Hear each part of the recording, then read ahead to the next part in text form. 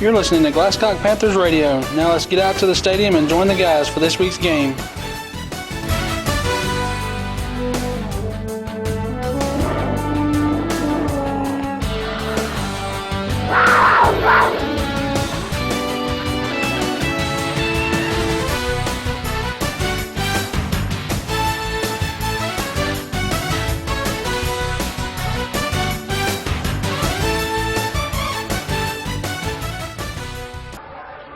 All right, welcome again, football fans. We are here live at Panther Stadium in Gibson for our next matchup with Panthers football. We're going to be facing the Briarwood Academy Buccaneers. We are right in the middle of the coin toss, and it looks like Briarwood has won the toss. They have deferred to the second half, so the Panthers should be taking the football first off. Captain's out on the field for the Panthers tonight. Number 9, Santel Floyd. Number 51, Noah Dye. Number 57, Mitchell Dye. And number 6, Nick Light. And for the Bucks, captains are going to be number 7, Tucker Purvis. Number 23, Lucas Freitas. Number 70, Thomas Wilkerson. And number 76, Jacob Cato. Yeah, usually Noah Dye's 52. He's changed his jersey at night to 51 for unknown reasons. You say he had some kind of injury? He had a little shoulder injury. I don't know if he's had to put a brace on and get a little bit bigger jersey, but I don't think there's much difference between 51 and 52. Shouldn't be size-wise. Unless it maybe got torn or something. Right? Must be. Yeah. And they could have cut it off of him when he went to the doctor or something. I don't know. So the Buccaneers come through their run-through on the scoreboard end of the field, and we're about to get ready to kick off here. They've already run the extra time off. Looks like we might kick off a little early tonight. So if you're just joining us and you're expecting us just to be getting started, don't be alarmed. We hadn't started yet, but looks as though we may get it kick off early. And here come the Panthers. And if you hear it in the background, you got the train horn blowing as the Panthers come through their run-through.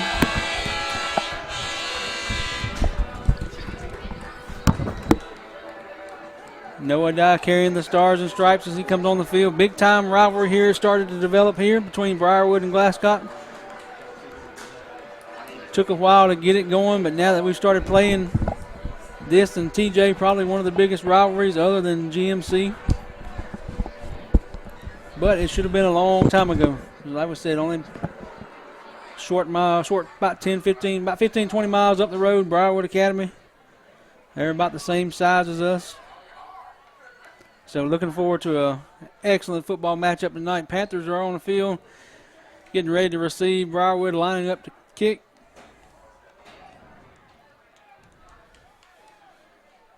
Looks like number 28, Trenton Cotton, a 9th grade kicker, will line up to kick off. We're definitely starting early tonight. It's 7:25. Again, Panthers and Bucks developed this little rivalry. A lot of them know each other. The kickoff's going to go down to the sideline. It's loose back past both guys. They're scrambling to try to pick it up. It's going to be picked up by Doss. Flag coming in. He's going to be brought down at about the 15-yard line, just over it. So we'll see what our first penalty of the night is.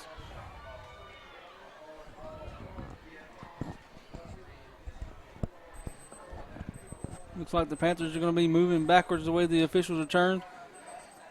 Blocking the back on the Panthers, so they're going to be starting deep in their own territory. Ball was just over the 15, so we'll be inside the 10.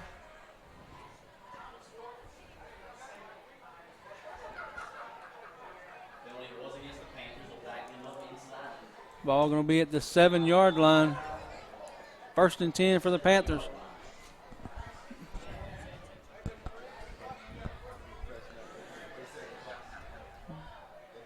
Briarwood coming in this game 4-0. Of course, they're in a different division, classification, whatever you want to call it. They're in Georgia Independent School. Fumble ball on the play. And it is on the ground. Looks like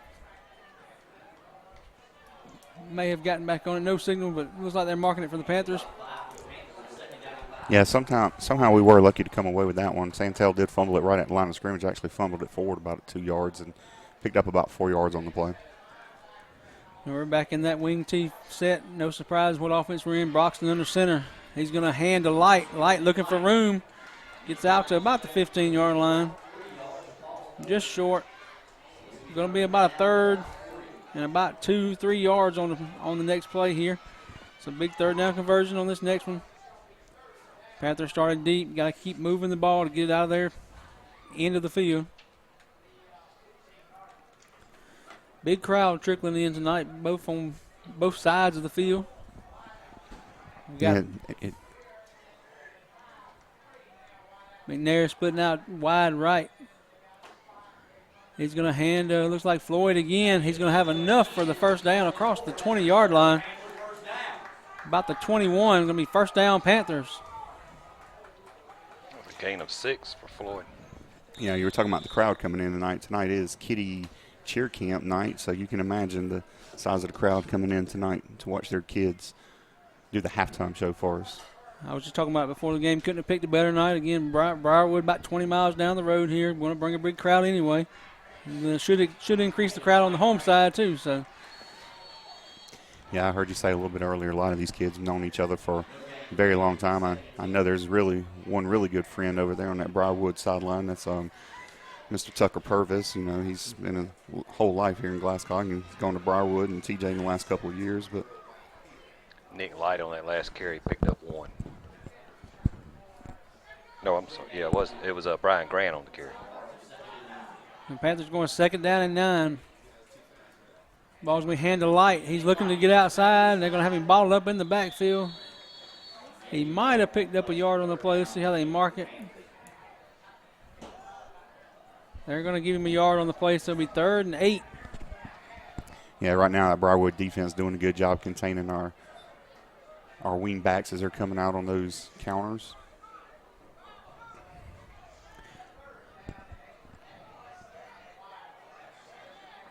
So Panthers on the ball. Broxton takes a snap. He's looking to roll. Nobody to throw it to. He's going to keep it on option. Do have a flag coming in. It's thrown back here towards our side of the field, so it does look like it's going to be a penalty against the Panthers.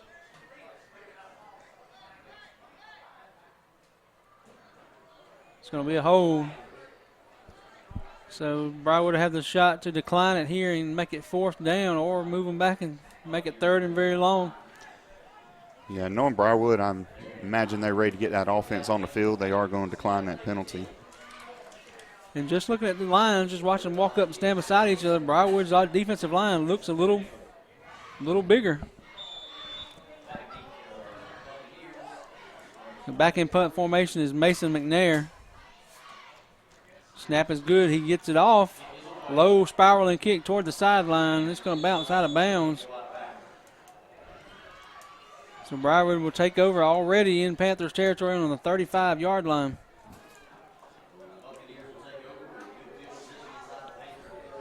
Yeah, low line drive that time makes McNair looks like maybe come off the side of his foot on that punt. Just a 12-yard net punt on that.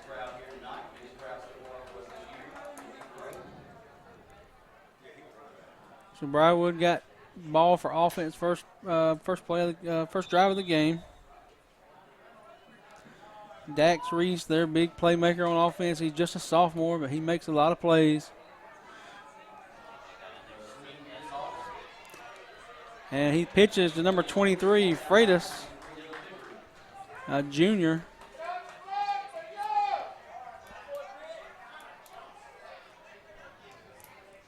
Dylan Pickering on the tackle. He's going to pick up about 9 on the play. If I'm not mistaken, I've heard through the grapevine, I don't know if it's true or not, but Freitas heard was a transfer from Nathaniel Green. It's going to be big for that Buccaneer offense. Takes that pressure off Dak. Handoff again to Freitas. He is hitting the backfield, but gets through. Going to be enough for a first down, brought down by Light. Ball all the way down inside the 20. About the 7 to 18-yard line. 1st and 10, Briarwood.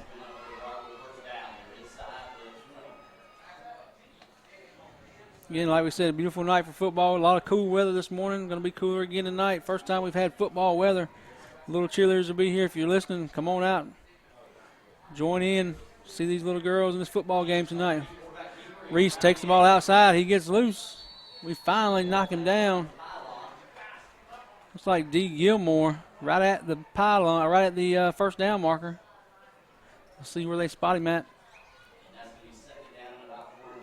So they're going to mark him short, about 3 yards. Going to be 2nd and 7. Yeah, that time fake narrative Freitas, and Dax did just keep it following his lead blockers out to the right side off tackle. 8-yard pickup. Reese hands to Freitas. He's down past the first down marker. It's going to be a 1st and goal for the for the Briarwood Buccaneers.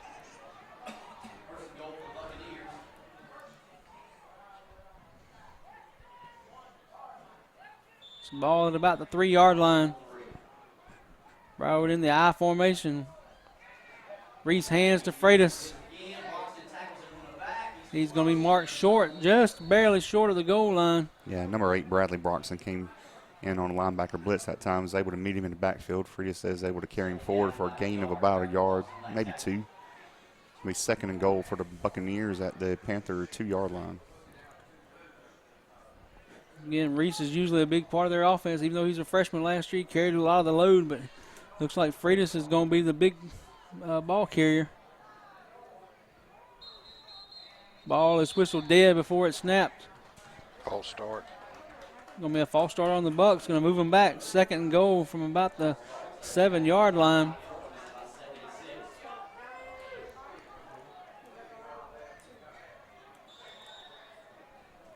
Yeah, speaking of Freitas, he is just a junior running back, so it looks like they're going to have a nice powerhouse backfield back there for the next couple of years. Freitas 6 foot, 180. But you never know, Eric, that way that transfer portal works in that private school, he could be gone next year.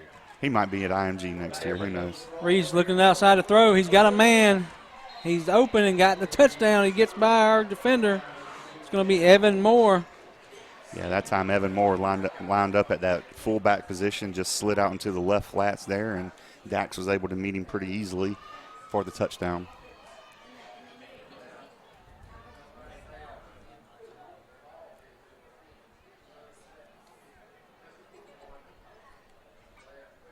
Briarwood lined up for the PAT. It's number 28, the man that kicked off for us, Trenton Cotton.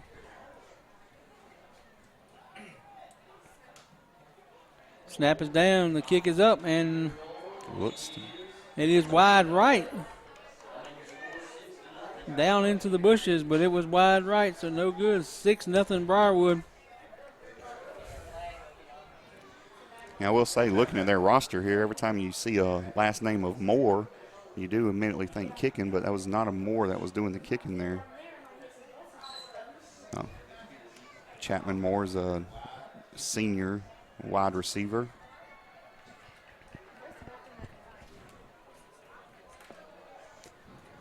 So 6:40 to go in the first quarter. Briarwood does take the lead, 6-0. Panthers will get ready to receive for their second possession. Couldn't get much going in that first possession. They had the ball. Had a penalty immediately on the kickoff, which pushed them back deep in their own territory and could not fight their way out of it. So see if the Panthers get a little more positive field positioning here on this kickoff. Kick went to the right side of the Panthers kickoff team on the last one. Got Brian Grant over there. Looks like Pickering in the middle maybe, and Light on the right side over here. Grant's got the ball. He's up the sideline. They get him. Oh, he doesn't go quite down. They thought they had him, but he kept his balance. Gets up to the 37-yard line where the Panthers will start their next drive.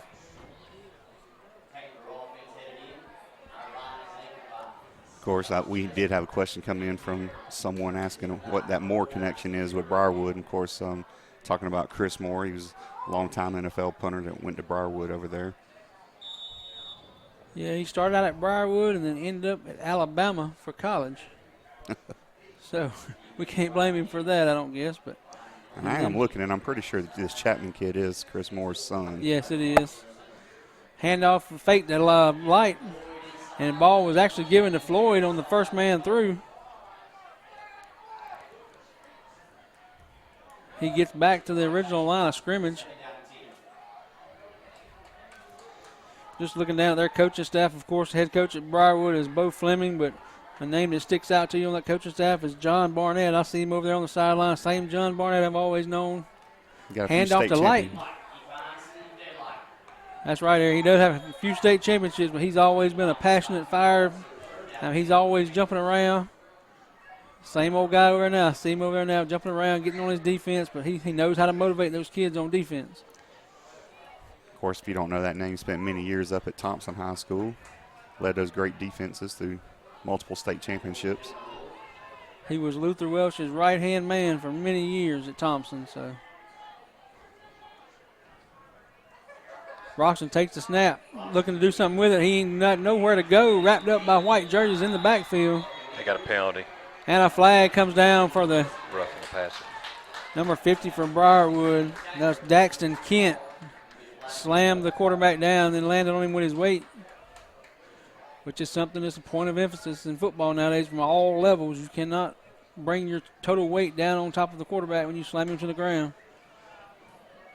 So good defensive stand here by Briarwood is going to be negated by a penalty. Yeah, it's going to bring the ball all the way out to midfield. It's going to be 1st and 10 Panthers from the 50-yard line. So change move, what would have been about a 3rd and probably at least 12 or 13 is going to be a 1st and 10 at midfield. So emotions, like we said, big rivalry here. Emotions got the best of them on defense and did something he shouldn't have done. Panthers take over 1st and 10 again. Ball's handed up the middle. He's driving, may gain a yard on the play. That's a tough yard there for senior Nick White. May move to the half a foot, just on the other side of the 50-yard line into Briarwood territory. Tough going so far for Light. That's his 4th carry. He has 8 yards. Yeah, defensive line for the Buccaneers standing strong at this point. Like I said, they got some big guys on the defensive line. You got Wilkerson, who's 215. Kent, 235. Cato, 210. So they got some big boys up there. It's been hard to run against them so far. Grant trying to get outside. He gains maybe a yard on the play. Brought down on the play by number 12, Dax Reese. Another 3rd down for the Panthers offense. 4.5 minutes to go in the opening quarter. Panthers are down 7. Panthers do have the ball in Buccaneer territory for the first time in the game. Just looking at the numbers here on their roster, they got Dax Reese, who's a 10th grader, listed at 6 foot 200. It's kind of shocking on the weight. I can imagine, I understand the height, but that's pretty good weight for a quarterback. Broxton rolls to his right, looking for somebody to throw to, and he's got a man over his head. That was number 9, Floyd. Defending on the play that time for Briarwood was Charles McMichael. So it's going to bring up another 4th down and about 8 for the Panthers. Now, I think there might have been a little miscommunication there with the Panther receivers. We had 2 receivers right there at the ball. I think maybe that Santel might have been should have needed to be a little more in the flat area. McNair back getting ready to punt. He will put it in play. Ball is going to be snapped from the 48. Off the side of his foot again. It's going to be rolling. Going to roll dead about the 28-yard line. So Briarwood will take over in their own territory for the first time tonight. Had good field position on both possessions, and on their only possession so far, it was on their 35-yard line, the Panthers. Now they're going to be working from their own territory. A little longer field, 72 yards to go. A little better punt that time. That was 21 yards from the punt. Reese brings him up under center. They're still in that I formation with the receiver split to the left, tight end to the right. Hand off to Freitas. He runs tough right up the middle. Going to gain about 5.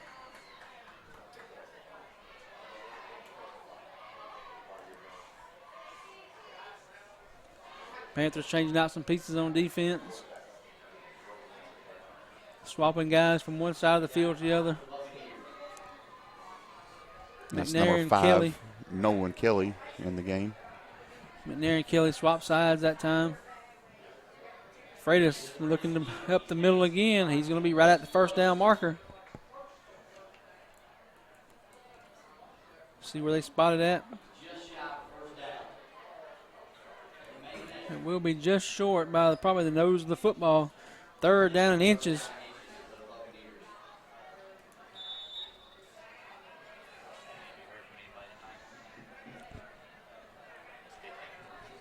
Does look like the officials are going to call for a measurement here.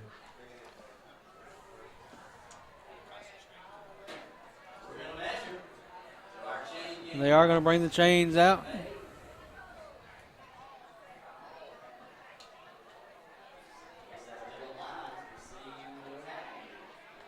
They stretch it out. It is going to be enough for a first down. I'm just saying the clock operator up here did have it as a first down from his vantage point.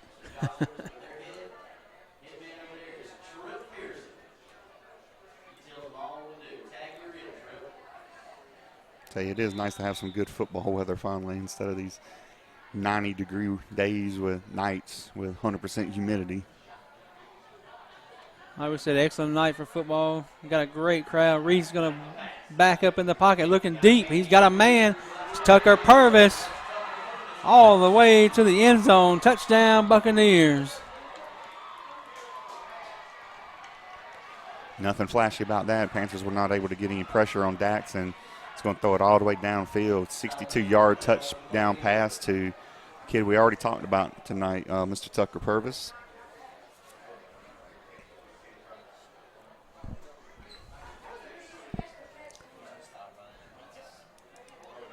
So Briarwood lined up for the PAT again. Actually, looks like they may go for 2 here because they missed the PAT the first time, keeping the offense out.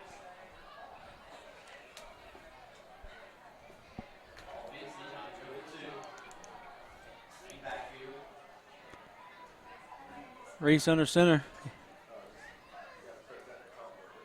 He hands off to Freitas, and he gets hit in the backfield, and it's no good. That was Mitchell Dye. Yeah, so Panthers defense finally snuffed out that play there and was able to stop Freitas for the loss, so the 2-point conversion is no good. 2:32 remaining in the opening quarter. Panthers are down 12-0. So first time we've actually hit Freitas pretty good tonight. We did stop his momentum, so hopefully that'll stop him running as hard as he's been running so far tonight. He'll remember that hit.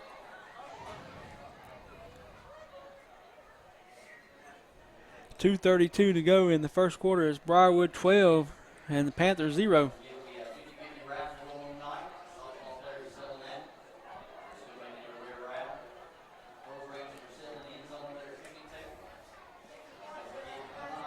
Panthers out waiting on the kickoff, and Briarwood just now breaking the huddle.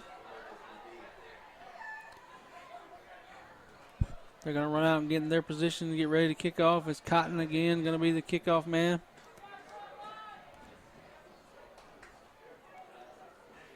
Briarwood's completed 2 passes for 68 yards and 2 touchdowns. 2 of 2 for 68 and 2 TDs. It's a pretty good quarterback rating. Yeah. Do we have quarterback rating in high school? I'm sure they do, but and the ball is tried to be fielded over on the opposing sideline around the 28-yard line. Eventually rolls out of bounds, but it was touched by a Panther kickoff man. So that's where to be placed at the start of the ball on the 28-yard line. Actually going to be closer to the 29, it looks like. So Panthers are going offense again, 1st and 10. Do see a change in on that Panther offense this time. I do see freshman D. Gilmore back there. First action tonight on the offensive side of the ball. He's in there at tight end on the right side. Ball's going to be handed off to Floyd. He's going to drive forward for about 5 yards on the pickup.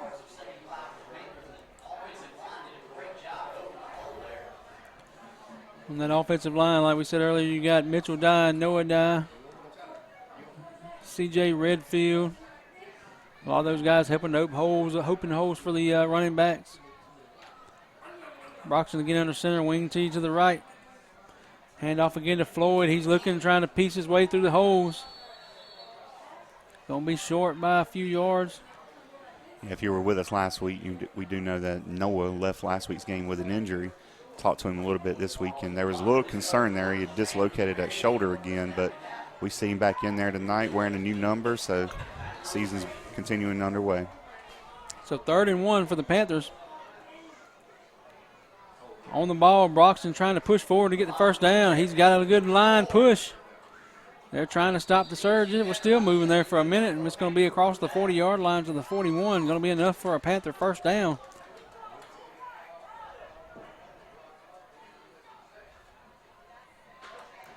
And they do signal the first down for the Panthers. Ball is going to be placed. Actually, they moved it out a little closer. All the way out to the 43-yard line. It's a 5-yard pickup. So forward progress got him all the way out to the 43 before he got pushed back. Briarwood got a bunch of people in the box trying to dare him to run. Nick Light with the ball looking for a hole. He's going to pick up about 11 yards on the play. He got behind, that was Mitchell Dye. Yep, that was 57. Mitchell Dye kind of rode his coattails until he got the first down. Yeah, nice vision that time. Nick Light did make one little cutback that picked him up about 6 extra yards, brings the ball into Buccaneer territory down to the 45-yard line. 1 minute remaining in the opening quarter. 12-yard gain for Light. Under a minute to go now here in the first quarter. Panthers driving, looking to give Grant on the cutback on a little crisscross. There goes Grant down the sideline. He's got one man to beat. It's Dax Reese, and he can't outrun him. Reese had the angle. That will be another first down. Down close to the 10. Looks like maybe the 12, 14-yard. Let's see where they spotted out. They're moving back. 16-yard line. Looks like where they're going to spot the ball. Clock's going to be running as soon as they get the chains in place. 29-yard pickup for Grant. So Grant took the little crisscross play, and Briarwood is going to call a timeout here. Coach Barnett's going to call it and get his guys over to the sideline. Let's regroup here before we get a quarter-ending touchdown. Momentum has shifted. Yeah, two big runs there by the Panther offense by senior Nick Light, as Coach Stanley told you over there. A nice 12-yard pickup, followed up by that counter run there by Brian Grant, picked up 29 on the play. Has the Panthers their deepest penetration tonight into Buccaneer territory, ball just outside the 15-yard line. Officially, they're going to call it the 16-yard line. So 1st and 10 Panthers. And Light, the last couple of Friday nights, he has exited the game early because of certain things that's happened to him with concussion protocol stuff and down at Wheeler. Last week, I think he just wasn't feeling good, dizzy a little bit. So we've already said in the last couple of weeks it's going to be big for him to try to finish this game. He provides such an emotional boost for this offense. He runs hard and plays hard. Yeah, so far it's the 15th rush for the Panthers for 75 yards. Briarwood's got 7 rushes for 45 yards. It's all passing for Briarwood and all rushing for us. So here we go. Panthers coming back out of the timeout.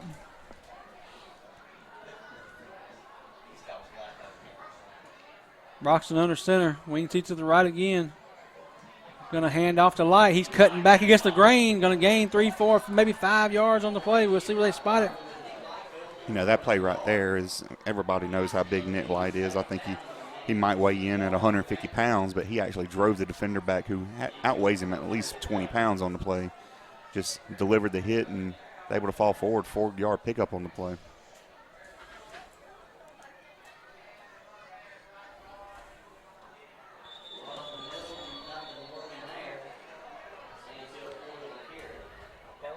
Give this time is the Santel Floyd off right guard.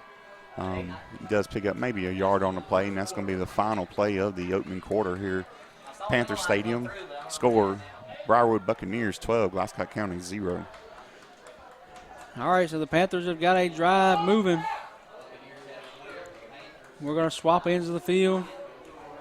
Chain crew moves to the other side. Officials running the ball down. Now both sides are going to get a water break and then swap sides. Both scorers have gone in this scoreboard end zone down here, so let's see if the Panthers can keep that tradition going here for tonight and punch some more into this end zone down here.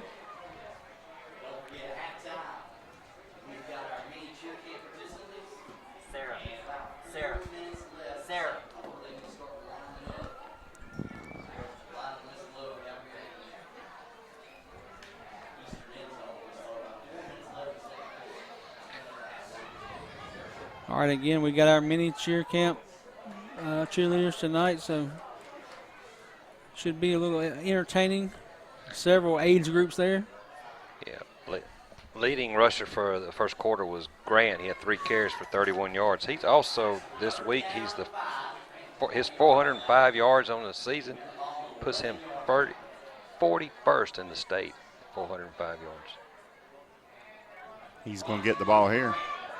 Grant does get the ball inside the 10-yard line all the way down to about the 6. So going to be 4th and inches. I don't know if I was Coach Kelly if I wouldn't call for a measurement here. Briarwood did, and it kind of helped them out. Oh, they're going to say first down.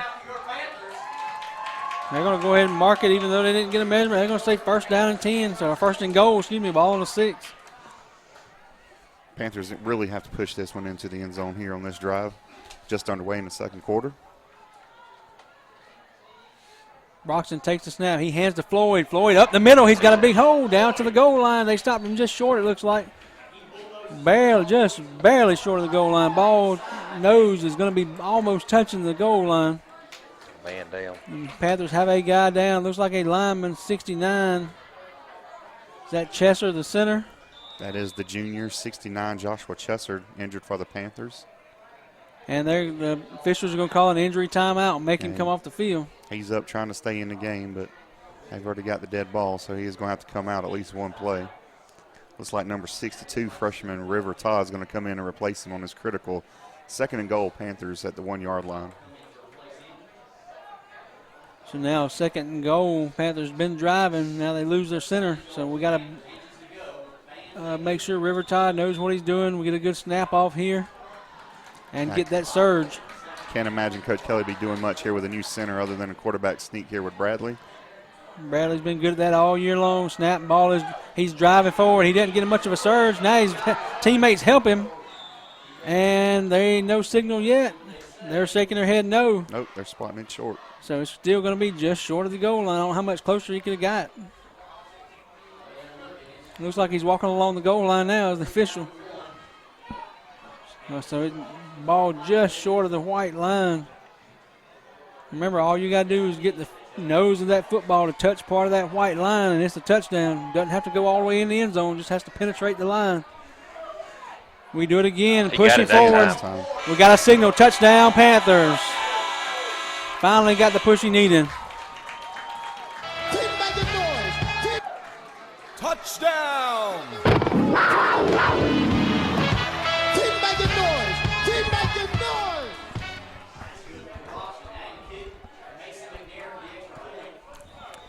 I'll tell you, Stanley, you had the stats over there. I'd be curious as to where Bradley ranks on the touchdown list in the state. That's got to be his 4th 1-yard touchdown I know of. It could be more than that, but I know it because he had 3 that one game.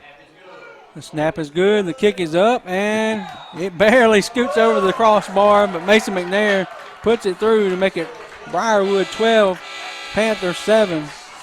All right, we got to get our producer, Chris, to get us a train horn.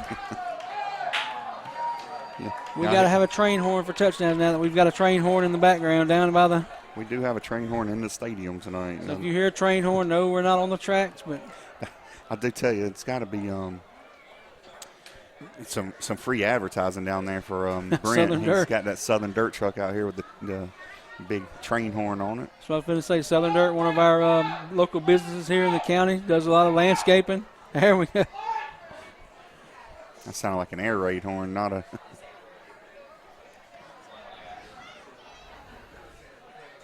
So with 10-11 remaining in the first half, Panthers have cut into that Buccaneer lead, now trailing only by 5.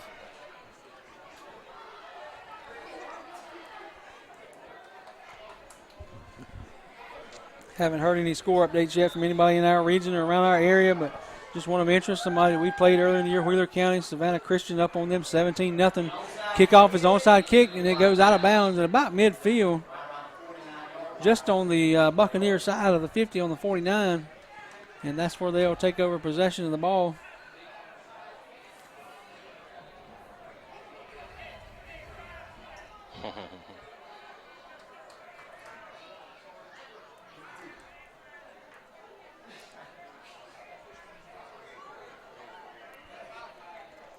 See where Harlem is up on Laney 7-0. Swainsboro up on Washington County 7-0. A lot of early scores so far tonight.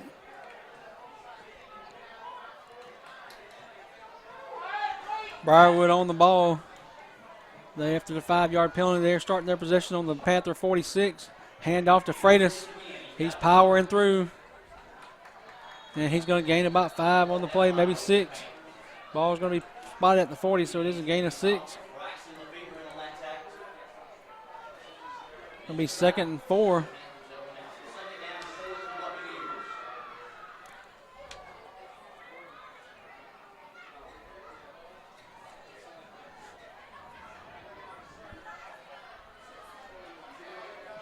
Briarwood up 4 wide now. Twins on both sides. Yeah, big miscommunication in the Panthers' defensive backfield. Reese fakes the handoff and keeps it. He's trying to get to the sideline. He's got it, but there's a guy there and knocks him out of bounds. That was Pickering and Grant. Finally pushed him out of bounds at about the 22, 23-yard line. Ball is going to be spotted on the 22. 1st and 10 Bucks.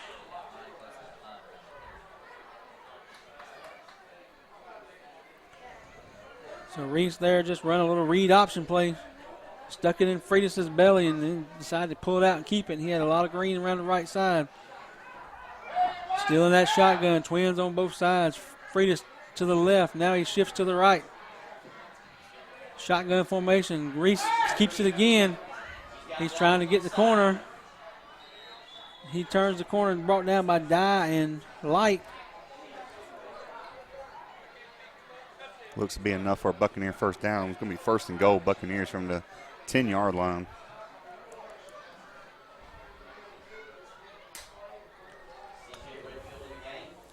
So it hasn't taken the Buccaneers long to move down the field. Started this drive just about a minute ago at the Panther 46-yard line, all the way down to the Panther 10-yard line now. 1st and goal for the Buccaneers. Still in that shotgun formation. Freitas shifts to the left. Reese is keeping it again up the middle. He's got one guy to get through. He fights through. Down to the end zone. Touchdown, Buccaneers. He had a couple of guys to fight through, and they hit him, but he just kind of powered through him and drove him back to where he needed to be. So Buccaneers quickly answer the touchdown by the Panthers. I'm sure they're going to try to go for 2 since they missed both PAT opportunities, one extra point attempt, 1 2-point conversion. So try to get the points back to where they close to where they need to be. Of course, Briarwood coming into this game, as you said already, they are undefeated, 4-0 on the season. They're actually looking for a state championship this year in that GISA. Reese pitches the ball to the left to Freitas, and there is that Santel Floyd, knocks him down in the backfield before he can turn the corner. So the 2-point conversion is no good. Yeah, Panthers defense, they're really coming alive when on the 2-point conversions. They did miss that initial extra point when they did attempt to kick it. Since then, they've gone for 2 twice, and Panthers defense has shown up both times. 9:01 remaining in the first half. The score is Briarwood Buccaneers 18, Glascock County Panthers 7. The Panthers looking for their 2nd win on the season. Of course, you know, if you've listened to us the weeks before, they won that shootout against Stewart County. And like we said, Briarwood 4-0 coming in. I think they've beaten Central Fellowship. Maybe I know John Hancock was one of them. Last week, they took care of Monsignor Donovan out of Athens. And they've also beaten Bethlehem Christian. So scoring a lot of points and giving up just a few. Only giving up about 5 points a game, so we're already over that average. Kickoff by the Buccaneers goes squibbing down the right side. It's picked up by Floyd, it looks like. He gets it back to about the 37-yard line. Yeah, Panthers next week will have a bye week before they start going on the road for 3 straight weeks. We'll be at Thomas Jefferson 2 weeks from tonight up in Louisville, Georgia. A week following that, we'll be at ACE Academy of Classical Education. Following that game, we'll be heading over to Providence Christian.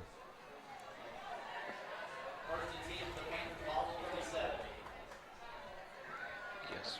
So Panthers lining up, ball on the 37-yard line in the shotgun formation. He's going to hand to Light. No, he keeps the ball up the middle. Had me fooled there. He rode the ball in the gut of Light and then pulled it out at the last minute. He's going to gain about 8 on the play. Kind of the same thing the Buccaneers are doing. Yeah, Panthers offense that time spread them out and just had that little read option there, and Bradley did the right decision. Just tuck it and picked up 8 on the play. 2nd and 2 from their own 45-yard line. 2nd and 2, going to hand off to Light. He's going to be right at the sticks, going to be marked just a little short from our vantage point. It'll be 3rd down and about half a yard to go.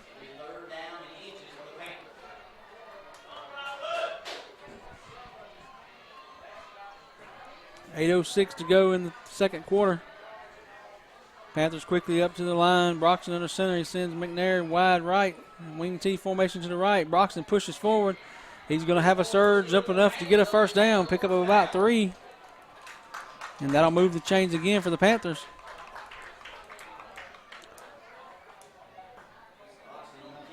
So Panthers trying to score here. Briarwood will get the kickoff coming out of the second half. Panthers got it first. Yeah, another big offensive possession here for the Panthers. Really need to keep this game as close as possible.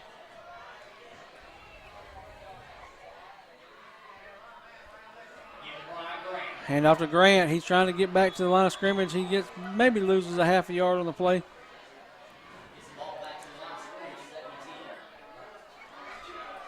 Just behind the line of scrimmage, going to be a loss of about 1 on the play. Yeah, big 75 Scott Reynolds and 76 Jacob Cato on the tackle for the Buccaneers defense. Talking about those connections between the two communities and the two schools, I think that Scott Reynolds, I think his mom teaches here at our school, doesn't he? I think she's a pre-K teacher or a kindergarten teacher, Miss Allison Reynolds. So you see there's a lot of connections, a lot of branches on the tree that are connected. Light takes the ball back to the 50-yard line, pickup of about 2 on the play. It'll be 3rd and 9. 6:45 remaining in the second quarter.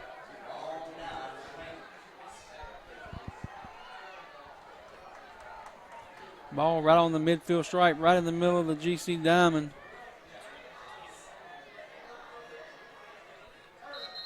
And Coach Kelly's going to call a timeout real quick and talk about it.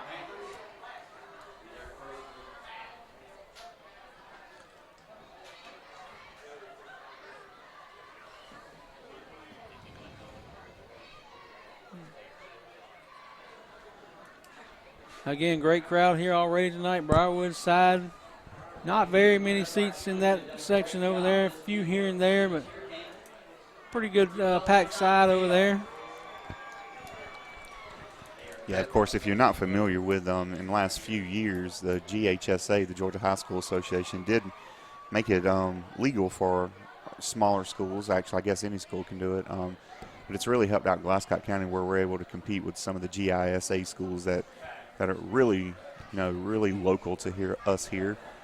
We don't have to travel, 3, 4, 5 hours to find someone our own size to play. We are able to play the GISA schools now. And there are other schools that are doing that too, is helping with travel. I know tonight Patala Charter, who we've played in the past, is playing Sherwood Academy tonight. And also Ace Charter is playing Fullington. So hand off to Grant. He's looking for room. He's got a little bit, but he's going to be hit immediately by Freitas after a pickup of about 2. Had a little opening, but he could not get outside of Freitas. Yeah, it's going to bring up a 4th and 6, maybe 4th and 7.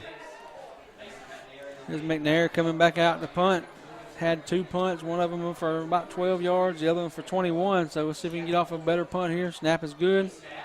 He does get it off. It's a high spiraling kick toward the sideline. Good hit and roll for the Panthers. And going to be brought down and down at about the 11-yard line. So good kick from McNair.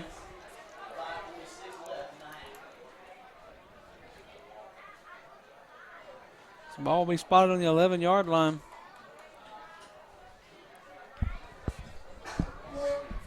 It's going to be about a 34-yard punt? 36 yards on that one, so 36, kicked it 36. So good punt by McNair. Pins Briarwood deep, 5:46 to go in the second quarter. And again, like we said, we need to stop them here because Briarwood will get the ball coming out in the second half. Ball is snapped. It's Reese. Grant tries to get him in the backfield. We got a hold. Nope, no flag. There it comes. Flag finally comes in. McNair on the side was getting held by their receiver. Reese does gain about 9 on the play, but it probably is going to be coming back from what we saw from up here. It is a hold, so it'll be moved back from where the spot of the foul is. We do have a couple of scores coming in there. Looks like Hesba is up 7-0 over Butler in the end of the first. Burke County 21, Evans 7, midway through the second quarter. Braves up 1-0 in the third. I saw that. I saw Freddie Freeman 120 RBIs now on the season.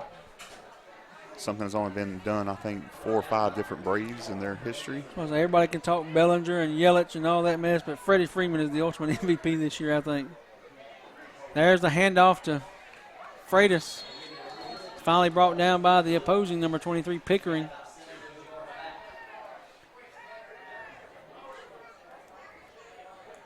Gained all the way out to the 17-yard line. He's 2nd and 6.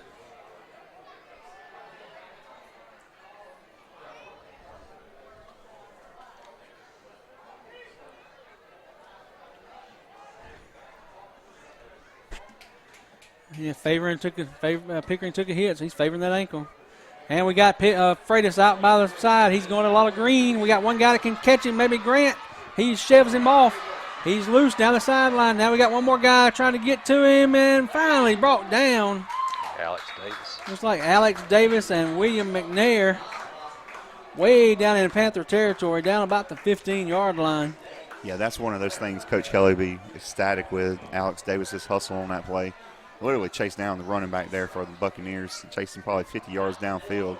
Was able to keep the touchdown from happening at this point. Actually going to place the ball on the 11-yard line. Ball's going to be on the far hash toward the Briarwood sideline.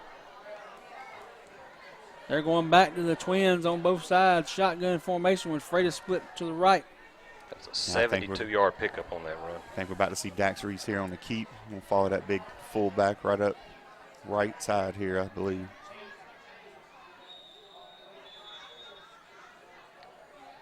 We are going to have a timeout called by Briarwood now. He wants to try to make sure he's got a good play called.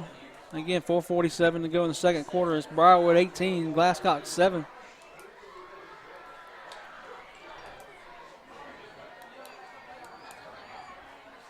Jefferson County got a game tonight there, Kurt? They do. It's actually homecoming tonight. We're playing Josie.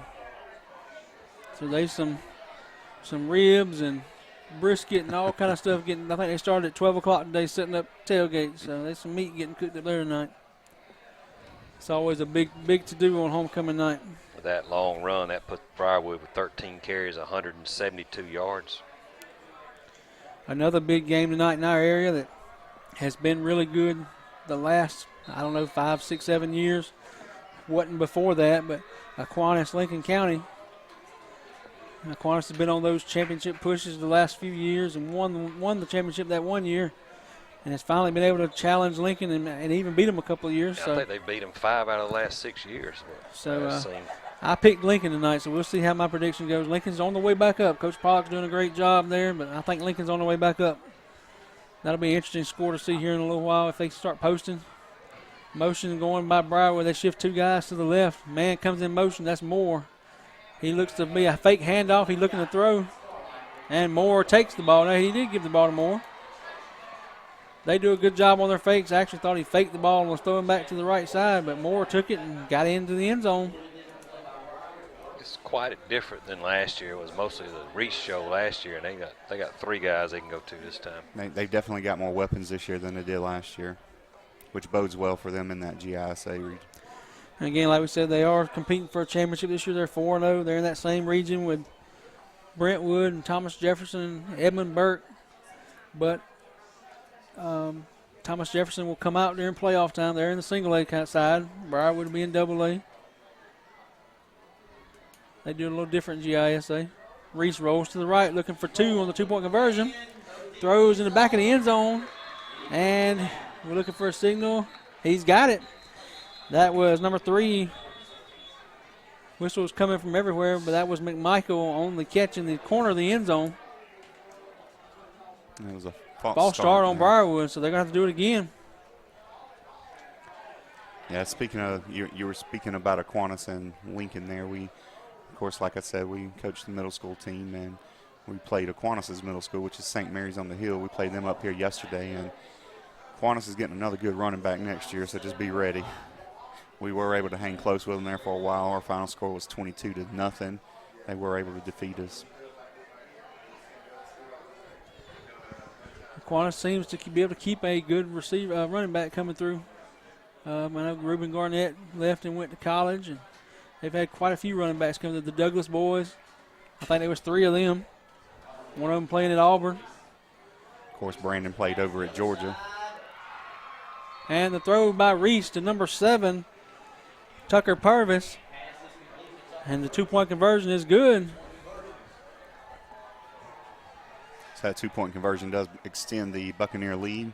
26-7 over the Panthers. 4:40 remaining in the second quarter.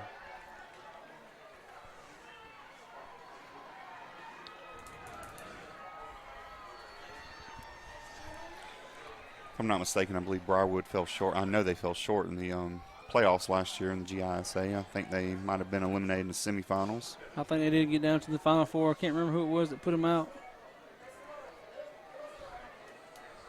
I'm sure one of our listeners out there might have a little more information on that. I know Memorial is usually pretty good in that AA ranks, and Robert Toombs is usually pretty good.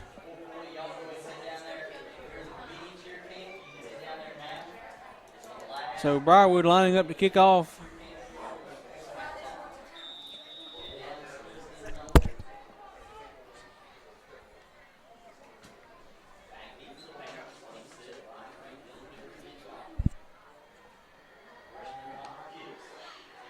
The kickoff goes down to Floyd. Actually, that's Grant.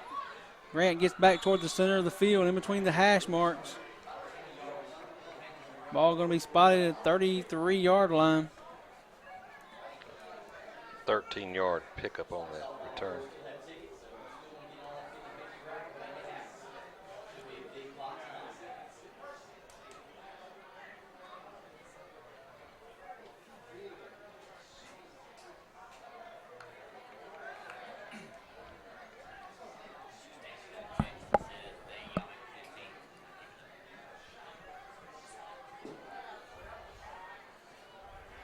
Panthers got the ball 1st and 10 here. Grant looking for some room. He's going to be brought down behind the line of scrimmage. Loss of 1 on the play by Grant. Yeah, that was 75, Scott Reynolds. We've mentioned his name a couple of times tonight. Just came bulldozing through from that. It looked like he came from that outside linebacker position, maybe that defensive end position.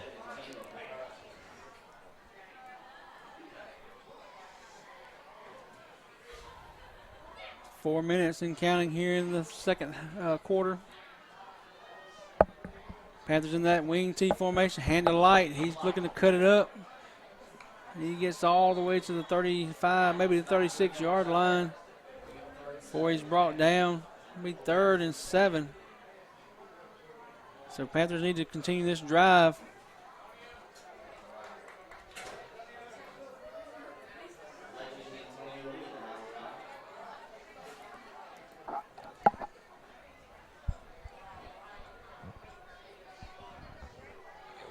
give it back to them. They haven't been Whistles are blowing. Coach Kelly's going to call another timeout and talk about it with his offense. Got one timeout left in this half. Both teams have one left. they've been averaging just over a minute on offense scoring their touchdowns. So. All right, they are changing that. That's actually an official timeout. That is not being called a home timeout on Coach Kelly. So Coach Kelly should have 2 left in the first half. It's one of the advantages of being up here next to the headset with the officials. I'm able to hear their communications at times. So.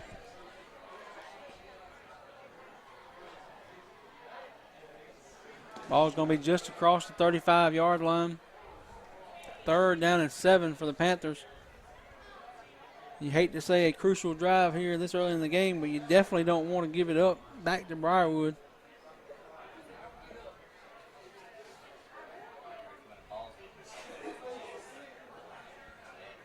While we're the timeout real quick, we're going to pause right quick for an advertisement. Y'all kind of stay right with us, and we'll be right back with you.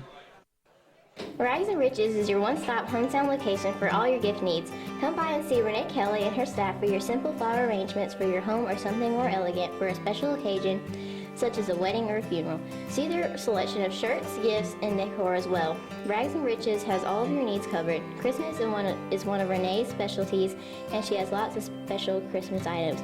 That's Rags and Riches, 18 East Main Street, 706-598-2529.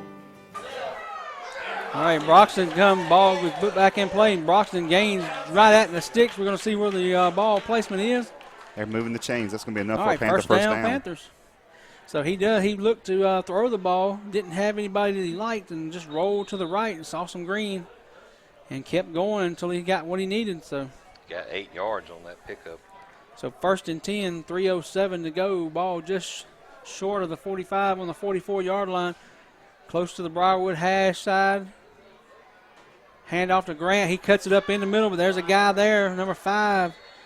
That is Barrett Johnson. Makes the tackle for Briarwood. Going to lose a yard on the play.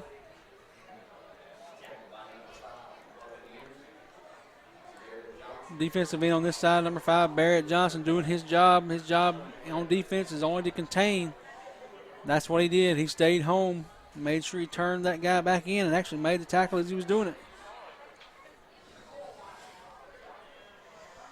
Going to 4 wide receivers, twins on both sides. Broxton in the gun. He takes a snap, looking to throw.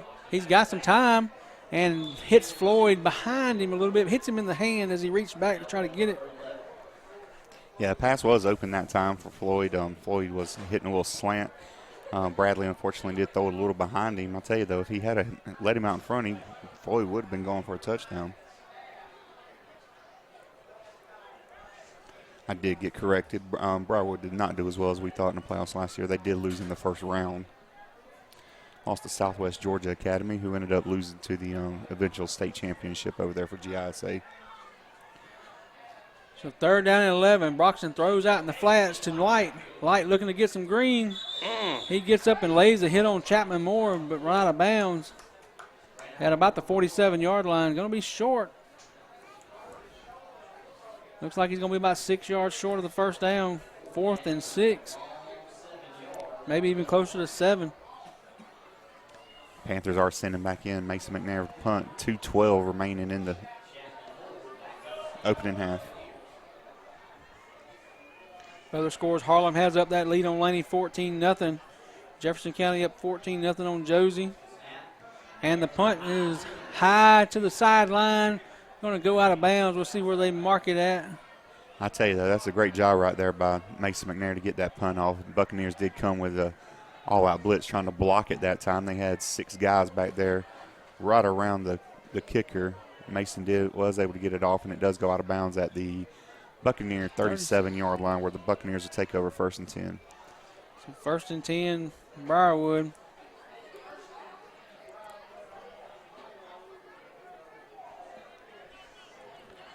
Got a fight over in Washington County as well. Just got an update on that. Swainsboro 13, Washington County 0. Another score in our region, Hancock Central up 12-0 on GMC. Mountain DeSales 16-0 over Greene County. Providence Christian, who will be facing in a couple of weeks. Commerce is up on them big in the second quarter, 30-3. Still no score out of Warren County, Washington Wilkes. Briarwood takes the ball 1st and 10 on 37. Reese looking to pass to Freitas out in the flat, or actually Chapman Moore in the flats. He's going to get about 8-9, cuts it back, past the sticks. He's going to gain about 13 on the play. It looks like all the way out to midfield. Clock is temporarily stopped while they set the ball. He says the chains will be set and the ball will be put in play and the clock is running. Right at midfield, maybe just over in the Panther territory. Reese takes the ball, looking to run. He's stiff-arming people all the way to the sideline. He's got the green over here, nobody there. He's tiptoeing down the sideline. Stepped out. Mitchell Dye saves us down around the 14, maybe this looks like the 13-yard line, so they're going to mark him out of bounds. He looks like he was tiptoeing. It looks like he may have stepped on some white up here. Yeah, Coach Kelly, you can't convince him he didn't step on some white. Coach Kelly's about as hot as you ever see him. They are going to mark him out at the 13-yard line. Ball's going to be put back in play. 1:36 to go in the half. Reese takes the ball, gives to Freitas up the middle. He is upended end over end by Pickering. After a big gain all the way down to the 6. Pickering went after his feet and just flipped him over on top of his head. Freitas and Moore go out. Or actually, that's Moore and Tucker Lord going out of the game. Subs coming in for them. Freitas and Evan Moore behind Reese in the I formation. He's going to hand to Freitas, who's powering up the middle. Broxton has him and trying to pull him back. He's still not down. No whistle. Finally down at the 4-yard line. 3rd down. Looks like 2 on the 3rd down and 2. Clock running at 42 seconds. Briarwood huddling up. Briarwood does only have 1 timeout remaining. It does look like they elect to use it right here. Coach Fleming just called that timeout. Again, coaches over on the sideline. Head coach Bo Fleming. Assistant coach John Barnett, Ryan Gerlach, DJ Shelnut, Aaron Cobb, Tommy Kane, and Peyton Rimkus. They're kind of like us. They have maybe 1 or 2 on the staff. The rest of them are community coaches.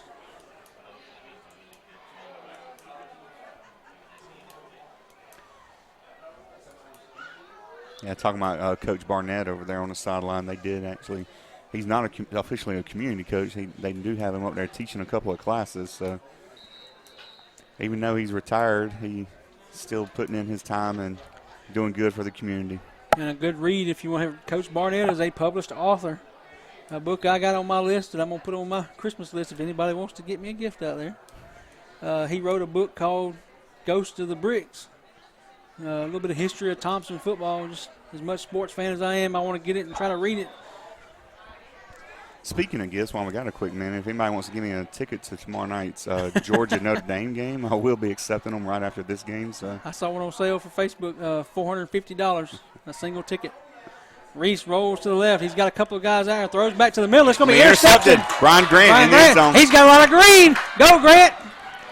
He's going to be brought down back about the 25, 24-yard line, but he does stop that drive.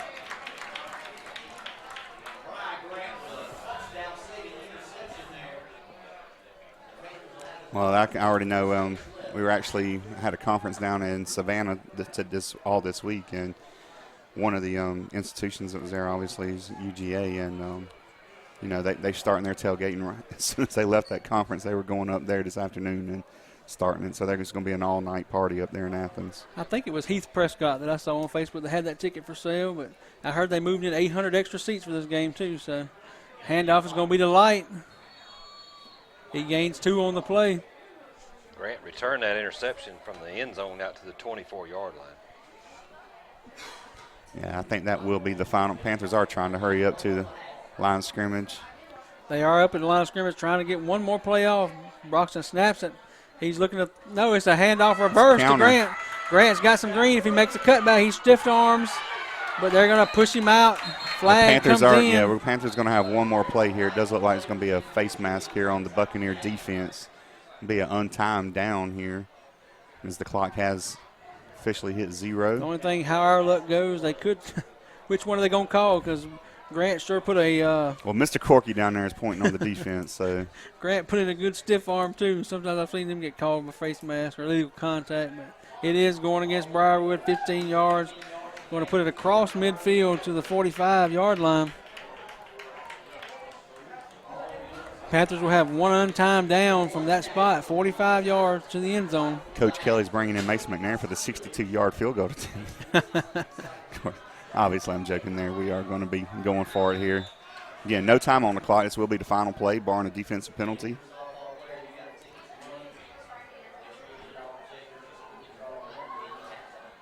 D. Gilmore running off. Antavia's off and in.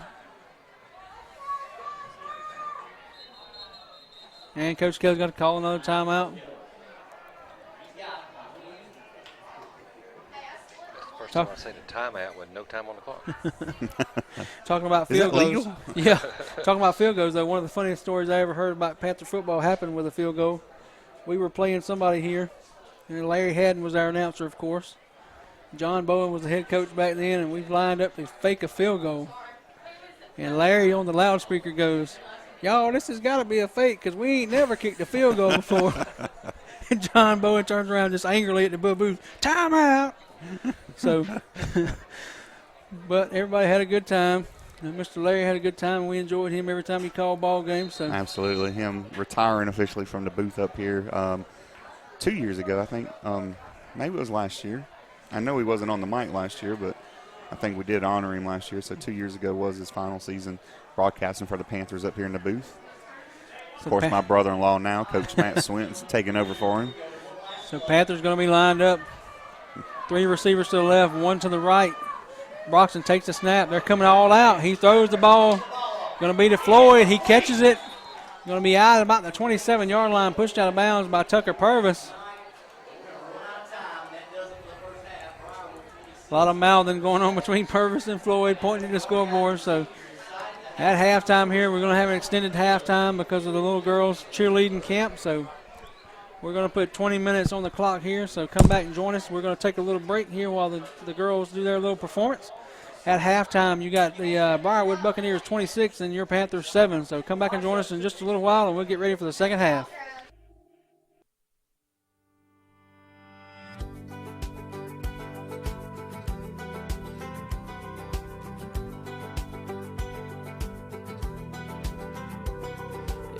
Somewhere in Tupelo who's with a guy she barely knows, who'd probably sell his soul for a kiss. There's a girl somewhere in Arkansas who's talking with a southern drawl, and a guy who can't stop staring at her lips. And ain't it crazy how they make us all so crazy? Why would we drive 600 miles one way, blow through cash that we ain't made, get tattoos and wash our trucks, push and press our luck? Why would we ask when we know we can dance, show our hands and change our plans, lose our minds, break our hearts, and learn to play guitar? Why does any man do anything in the whole damn world? There's a girl, 'cause there's a girl, there's a girl somewhere with eyes so blue, you know a call just won't do. So here I am on Highway 45, first girl to get me to ask myself how I'd been with anyone else, any other minute of my life. Ain't it something how they get us doing something? Why would we drive 600 miles one way, blow through cash that we ain't made, get tattoos and wash our trucks, push and press our luck? Why would we ask when we know we can dance, show our hands and change our plans, lose our minds, break our hearts, and learn to play guitar? Why does any man do anything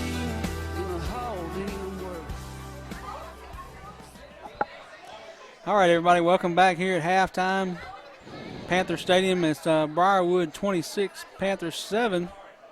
Just had our halftime entertainment of looked like probably 50 or 60 little elementary school girls, and had a great time this week at doing their cheer camp. And it's always something good that our cheerleaders do to help the little aspiring cheerleaders. So getting ready to kick it off here in the second half. We still got a little bit less than a minute to go to run down off the clock.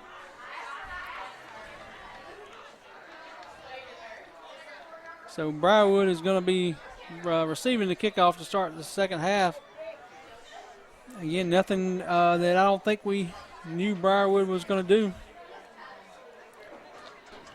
Briarwood doing things that we probably figured they were going to do. Reese running the ball, and people had heard they had a good running back. So it's like I said, we were there last year, and it was nothing but Reese. And this year, it's he's just playing basically quarterback, a couple of runs, and Reese, Moore, Freitas.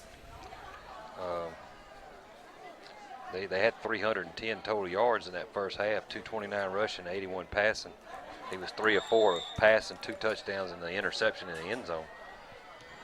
So McNair's going to kick it. It's going to be right in the middle of the field. Ball's loose, and just our luck, he falls straight forward on top of the football. That was Freitas.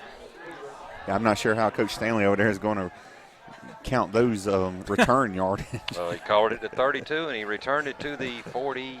And he never had possession of it. 40. When he was laying on top of it, I guess he had possession. So he had a 11-yard return on that. So Buccaneers will take over 1st and 10 on the 43. Again, we do want to welcome you and thank you for joining us tonight. We're just underway here in the second half. Panthers are down 26-7, Briarwood Buccaneers. Actually, we're going to give him 13 yards. Yeah, 11-yard return.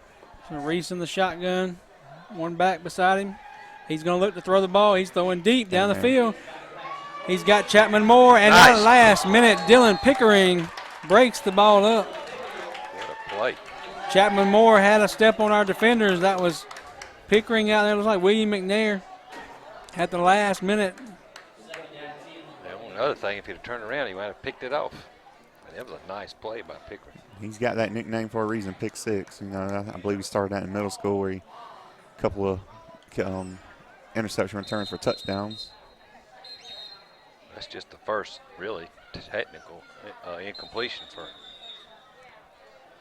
the Briarwood.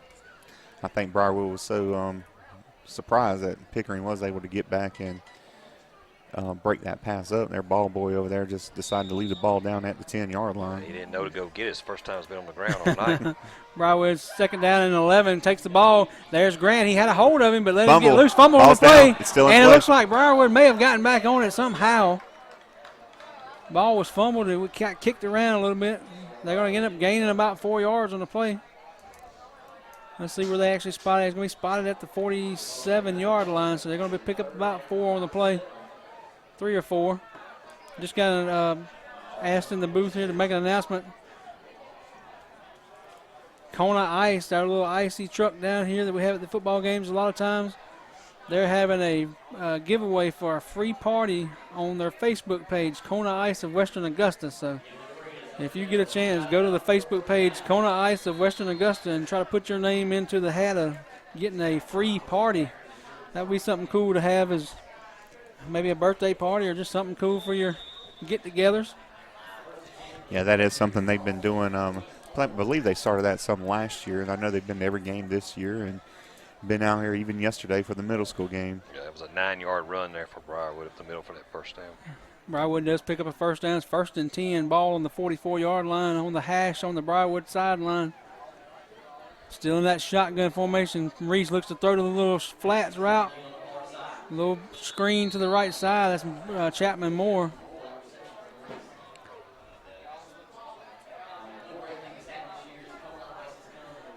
Reese just straightened up and threw it out to the right sideline over to the Briarwood sideline to Chapman Moore, and he picks up about 5 on the play.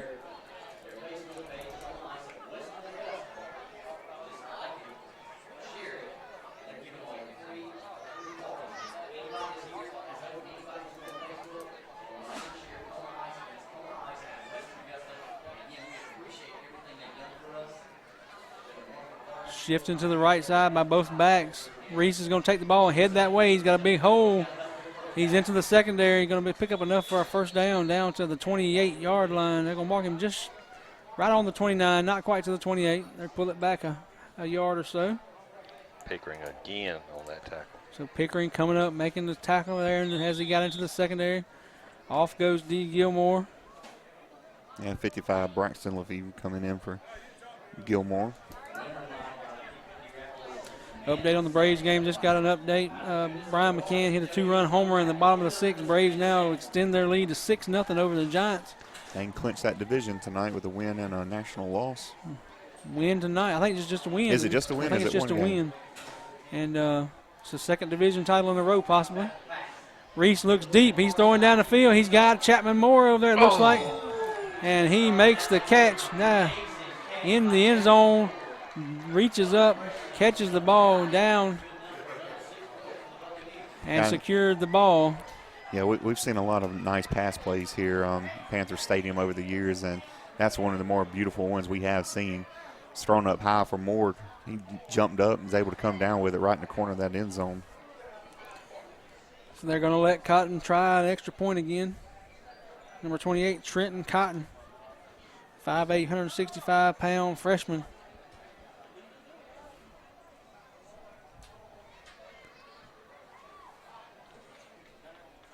The snap is good, and the kick is going to be wide right. Almost hit the scoreboard. It was wide, way wide right.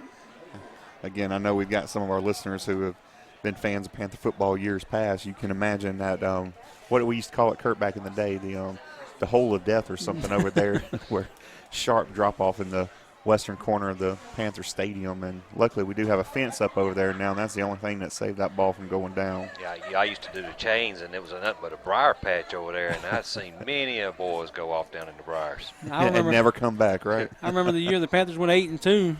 Tavares Neal took a ball and went out that side over there. Couldn't stop his momentum, and it was a sharper drop-off back then, and he went down that hill into the briar patch, and it was just like he dropped off the face of the earth. Rumor is there's a bear in that corner somewhere. But I got a question. I'm coming in. Chapman Moore.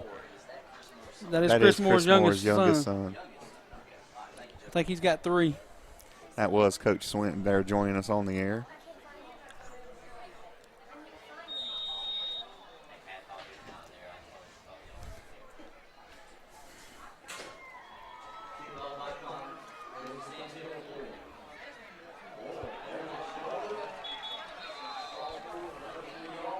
Return this time is by Santel Floyd on the kickoff return. He's going to bring it up near the 40-yard line. Officially, they're going to call him down at the 38-yard line.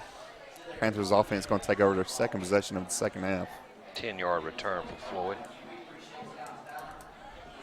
Panthers take over down 32-7. Again, Briarwood got a powerful offense. Of course, I think everybody expected that this year. They've been building the last couple of years, and this might be their peak season where they can expect the most success. You say building, I say recruiting.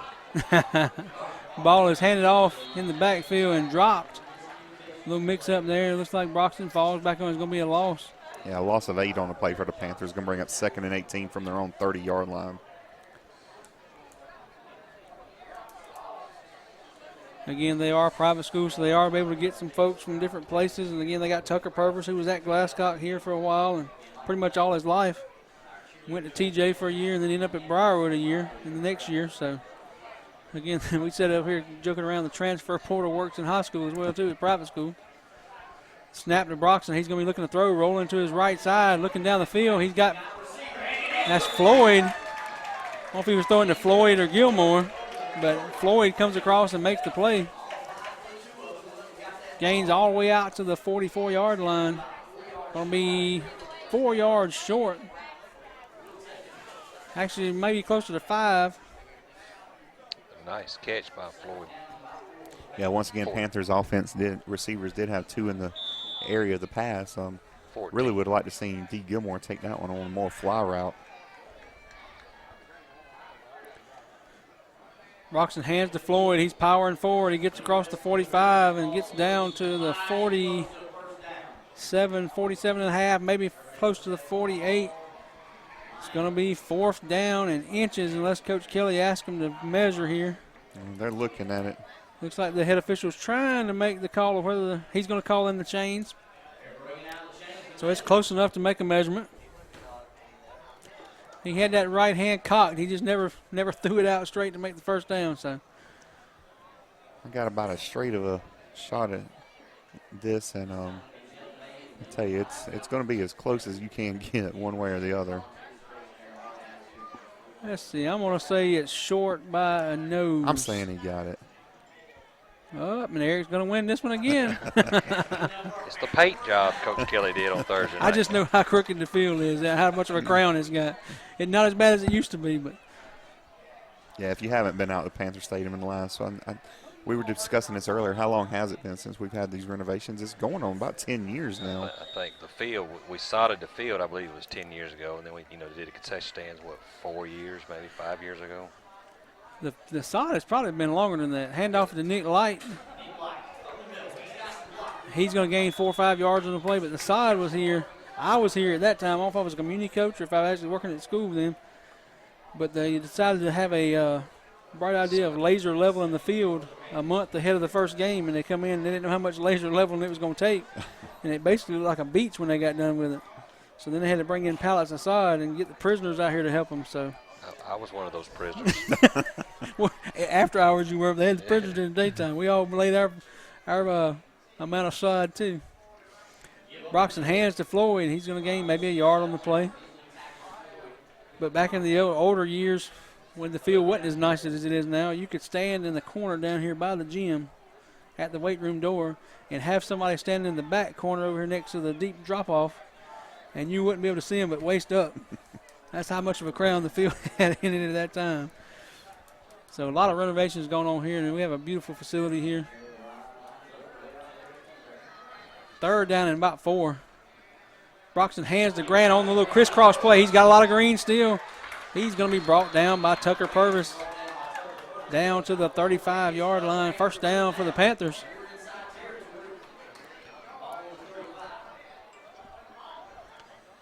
So you keep calling that the crisscross play. I'm going to have to get that song on the football playlist before the game. Back when I was coaching with Coach Kelly, that's what we called it. You had 28 sweeping one way and the crisscross come the other way. So That was an 11-yard pickup. You hear it called a cross buck or a counter, or just different what terminology you use in your playbook. Hand off to Floyd up the middle. He's got a lot of yardage there, 5, 6 on the play. Looks like about 5. Second 5 down to the 30.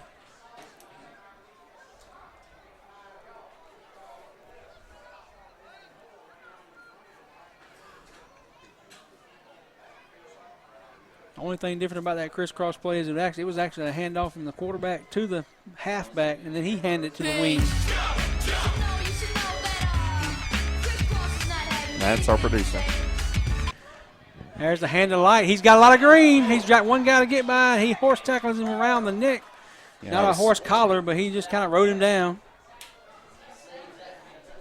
Enough for a first down to the 16-yard line. Gain of 14 for Light. Yeah, that was the senior Chapman Moore. We called his name a good bit tonight, saving that touchdown there for the Buccaneer defense. It is enough for a Panther first down, though. Nick's got 12 carries for 52 yards. Hand off to Floyd up the middle. He's going to get those hard yards again. About 4 or 5 on the play. Down to the 11. Going to be 2nd and 5.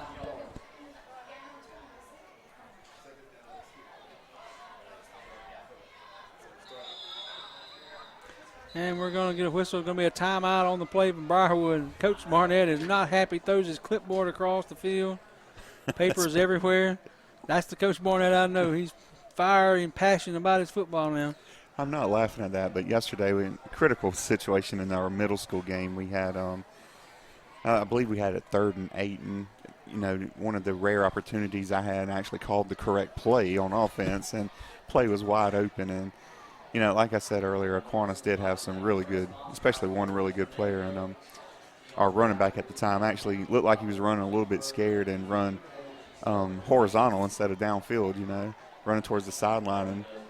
And I threw my clipboard. Actually, I just slammed it against my hand. I didn't think I'd done it that hard. My clipboard just shattered completely right there on the sideline. I was like, maybe I need to calm down just a little bit. But Kurt, you can probably speak as well as anyone out there coaching it. Emotions definitely do get the best of you at times. Oh, yeah, it's hard. I started out at Glascock as the get-back coach for Coach Bowen, and you see the one that, they get a lot of publicity now in the college. One of them for being Dabo Sweeney's get-back coach, or, the defensive coordinator's get-back coach. But emotions get to you're competitive already, and you want to win ball games. So when something goes wrong, it just tends to boil you over. But we're back on the ball, second and about 5, hand off to Light. He's got a lot of white jerseys there trying to bottle him up. And they do back at the 15-yard line, loss of back to the original line of scrimmage. A little bit past, going to be 3rd down and right at 10 yards to go. We've talked about Briarwood's coaching staff out there tonight. We hadn't mentioned ours. Coach Kelly's our head coach. He has to be going on, I'm not sure, probably 16, 17 years. 17 years. I know he's several years ahead of me in time service, but I also have Coach Vidian. Bobby Vidian is on the staff here at the school, and then he's got some community coaches that help him, Brent Lamb and Grant Haddon. So that's our awesome coaching staff. Broxton looking to pitch. He pitches to Grant, who gets back a couple of those yards we just lost, but not enough to get to the first down mark. Yeah, we do that. We take it for granted sometimes that we have these coaches out here, and we don't mention their names enough on there. We do appreciate everything they do. I know how difficult it is to, especially these community coaches who really aren't even being paid to be out here. They're just out here to, spend time with the kids and help teach something they love themselves. So we're going to go for it, 4th down and 8.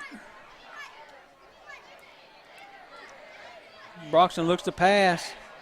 He's trying to get away from the pressure. He's not going to be able to. He's going to be sacked behind the line of scrimmage. He's going to be losing about 5 on the play, and Briarwood will take over 1st and 10 from the 20-yard line.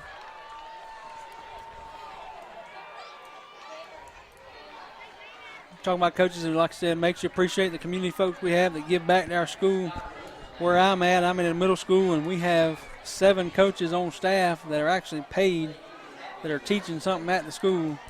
No community coaches. All 7 coaches are paid for a middle school team, and our high school team has about 12, so no community coaches. So you take it for granted when you got, I think a lot of our parents and fans take it for granted that we don't have the coaching staff that a lot of these other schools do. And we've been there, in years past. We've had some great community coaches. I started out as one. Then we had, Coach Hutchison and Coach Gumby and Coach Johnson. And we've had quite a few community coaches that have come through here. Coach Smallwood's been through here. Briarwood takes the ball, runs to the left. He gains about 2 yards on the play.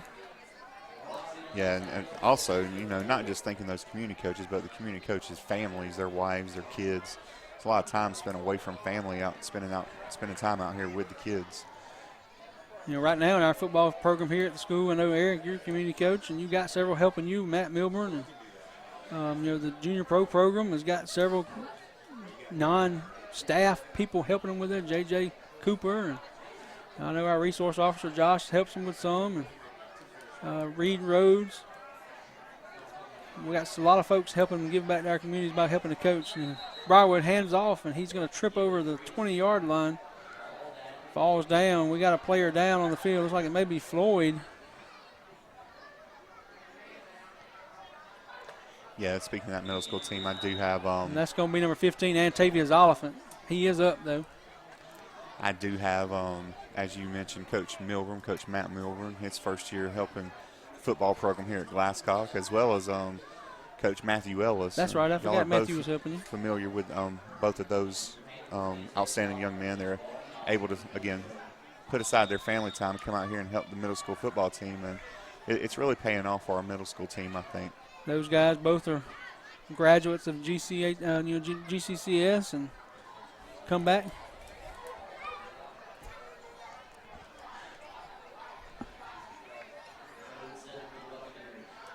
Briarwood takes the ball. It's going to be 3rd and about 6. Reese looks to throw. He's got a man open. That's Chapman Moore. Pick 6. Dylan Pickering out of nowhere.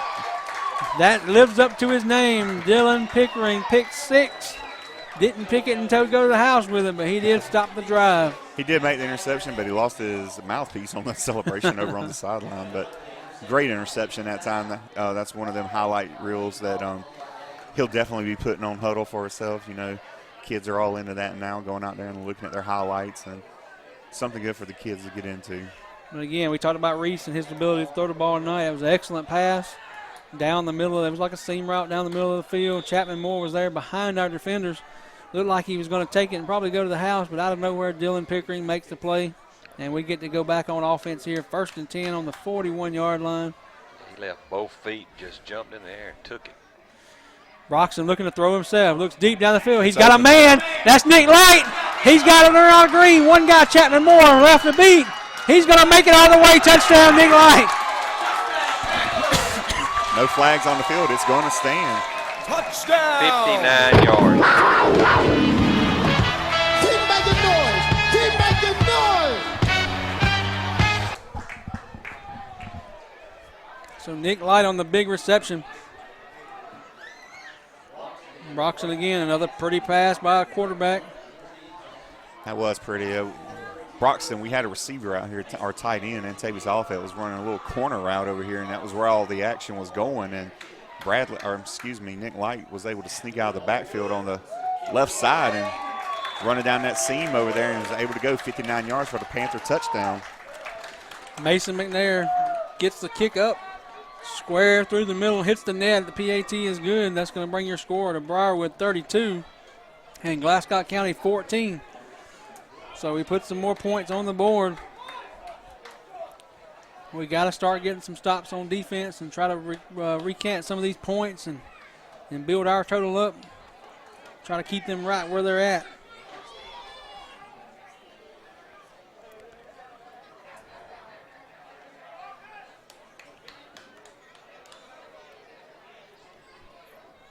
See what McNair does on this kickoff. We've been angling it toward the sideline.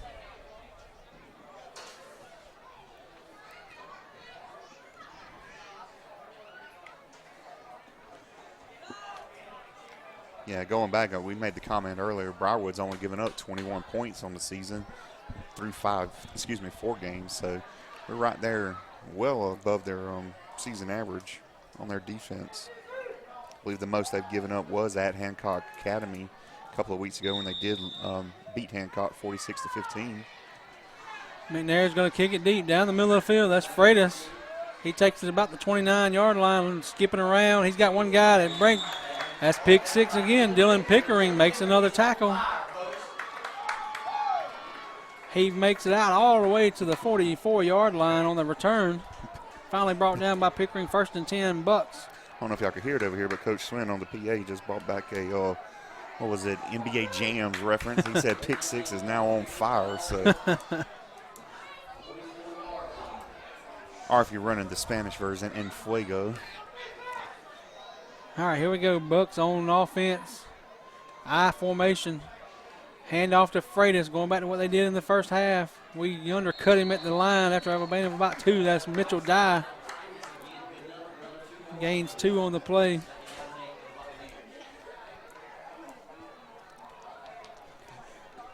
Ball on the 47-yard line. Second, actually going to move him a little forward, about 2nd and 7.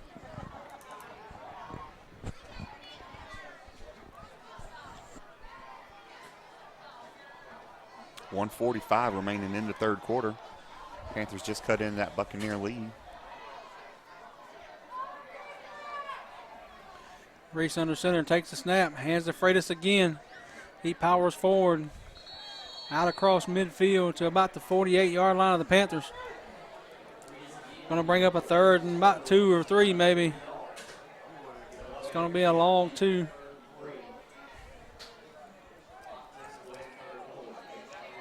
Ball is on the Panther side of the 50.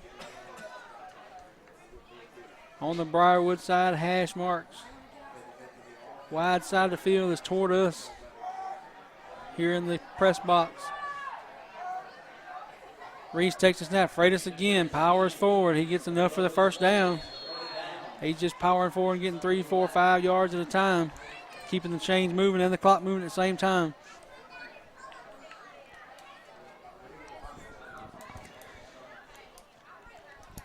Panthers making some more changes on that defense. Looks like D. Gilmore now is in there at nose tackle.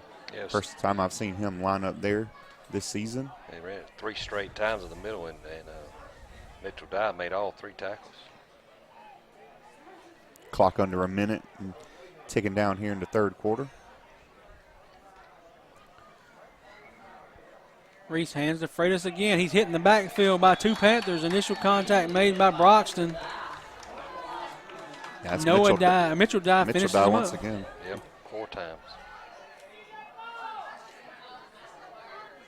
No gain on that one. So back to the line of scrimmage is all he gets. 25 seconds remaining. I think Briarwood will have to run one more play here in the third quarter. Ball on the 42-yard line. 2nd down and 10. 10 seconds to go. They'll get one more play off.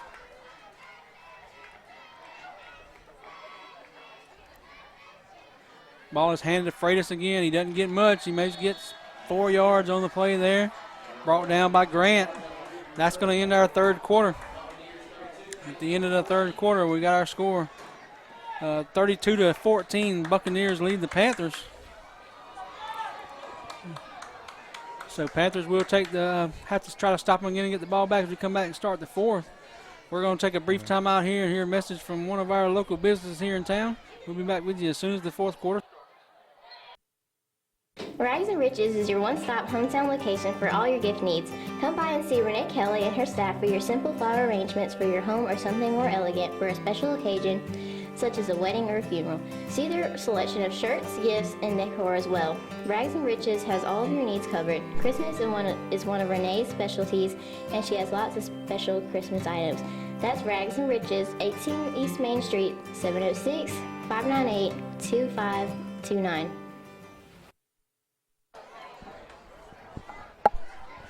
All right, we're here to start the fourth quarter here. Panthers still on defense. Going to be 3rd down.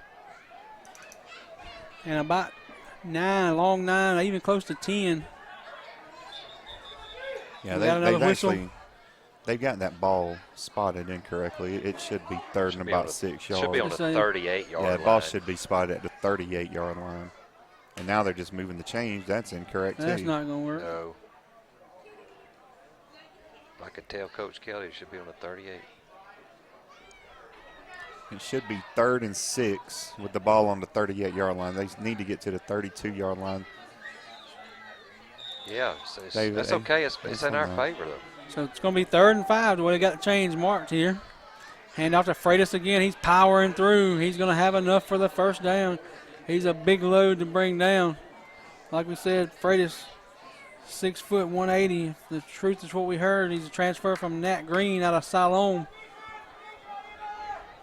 If you don't know much about GISA football, Nat Green has moved out of GISA and joined that Georgia Association of Parochial and Private Schools, which is mainly 8-man football now. So he may have come and wanted to play 11-man. Freitas again gets the ball. He's still chugging through the middle. Going to get almost to the first down mark. I gain him about 7. Yeah, I can see why he would want to make that transfer. He's a big, strong, physical running back. He's got a little speed on him as well.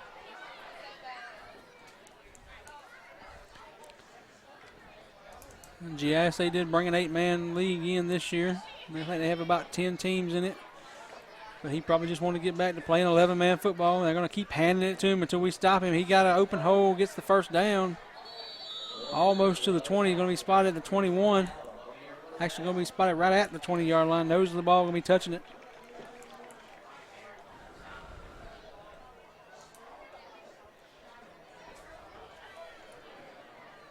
They're going to keep pounding with Freitas here until we can look like we can stop him, and then they may try to do something different.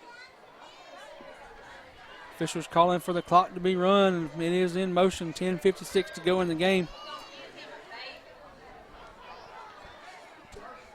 They're still in that I formation. Guys split wide on both sides all the way to the numbers. That's Tucker Purvis near side over here. They're going to pitch to Freitas this time to the left. We got good blocks out there for him. And he gets cut down right at the first. And finally a flag comes in at the last minute. I don't think he could find it. He kept digging. Finally got it out. Yeah, it looks like number 32, big fullback, Gunnar Stewart's going to be called on that hold.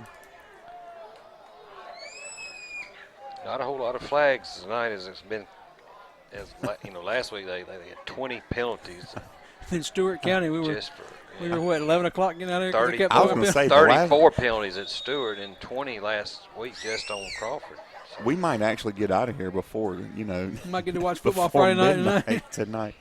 The last 2 home games we have, it's been after midnight we've been getting home. Of course, 2 home games ago we had that 60-56 blowout there. Then an hour lightning delay last week. So Briarwood pushed back because of the hold. Going to hand to Tucker Purvis on the sweep. We got Brian Grant trying to make the tackle. He misses him, and we get brought down from behind by Light and Mitchell Dye. Looks like he's going to be down right around the original line of scrimmage. Going to bring up 2nd and 10 for the Buccaneer offense. Maybe he's just inside the 20. They're going to move it in a little bit. Be 2nd and 9, looks like. They're going to give him a little bit inside the line of scrimmage originally.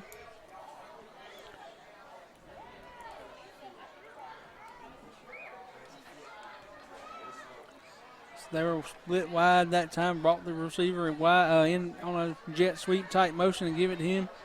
Still again, we got twins on both sides split out. Shotgun formation, one back offset to the left. Motion to the left by Moore. And Reese just takes it and goes up the middle, following his big running back. Yeah, nice solid tackle right there, Bradley Broxton. Playing, I believe, what Coach Kelly calls that dog position over there. So going to be 3rd and about 4. Just inside the 15-yard line on the 14. Panthers really need to stop here. Clock under 9 minutes now remaining in the game. 10 straight running plays for Briarwood. Still in that shotgun formation, twins on both sides. Reese takes the snap, follows his running back again. He's got a big opening all the way into the end zone. Touchdown, Dax Reese for the Briarwood Buccaneers.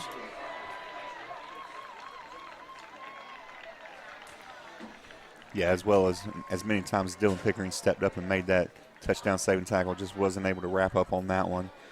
Dax is going to take it in for the Buccaneer touchdown from 14 yards out. Brings your score, Briarwood Buccaneers 38, Glascock County Panthers 14, pending the extra point. It's going to be Cotton in again. He's missed several extra points tonight. Out of the hold of number 22, Tucker Lord. Got whistles on the play before it gets underway. Going to move him back and make it 5 yards longer for the PAT. Going to be a 15-yard PAT. That's right at a 6-minute drive for Briarwood. 25-yard PAT. Be spotted at the 15 for the kick. He's snapping it from about the 8.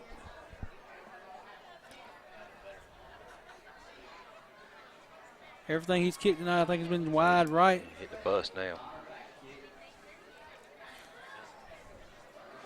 Snap is down, the kick is up, and it is wide left.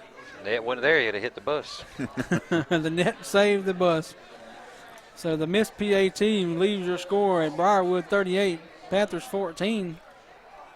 They need to work on anything next week. It's going to be their extra points. PATs. 8:34 to go here in the game. You know, we do laugh about it, working on PATs as they have a 24-point lead here now, but when you get into playoff time, those missed extra points, anytime you leave points off the scoreboard, it's going to come back and haunt you at some point. Well, 2 weeks ago, what did we say about Stewart County? Didn't they? Wasn't they the ones that kept going for 2 and wouldn't get it? And that's right. It ended up costing the difference in the game.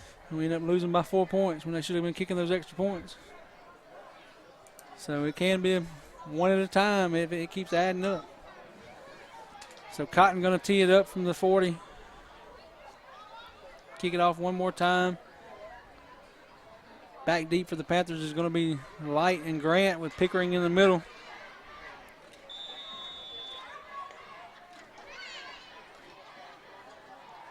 Kicks it down the middle, deep kickoff. Deepest one we've seen all night. Grant takes it to 15, looking for some green. He's got a little space down to the sideline now. Stiff arms a guy down to the ground. Across midfield, finally pushed out of bounds by Chapman Moore and Cotton, the kicker. I wonder who that was he stiff-armed, but he's put him straight to the ground. That's going to be the first guy over to the sideline, so nobody sees can get his number. It was a nice stiff arm there by Brian Grant. He brings it all the way into Buccaneer territory at the 48-yard line when the Panthers offense is going to take over 1st and 10.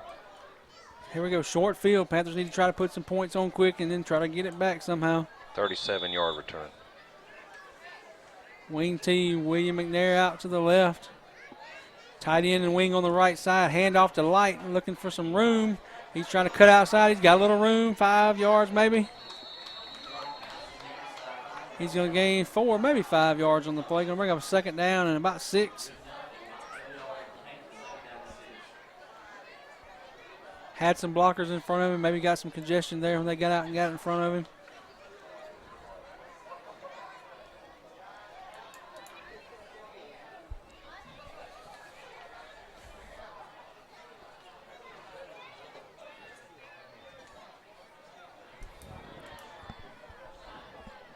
Panthers back up to the line of scrimmage. And we got wing left, pitch out to Light. He's trying to get the corner, and Freitas gets him there. Does not let him turn that corner. Yeah, nice open field tackle that time by Freitas. So he's shown a little bit of versatility. Not only can he run the ball really well, nice solid tackle there.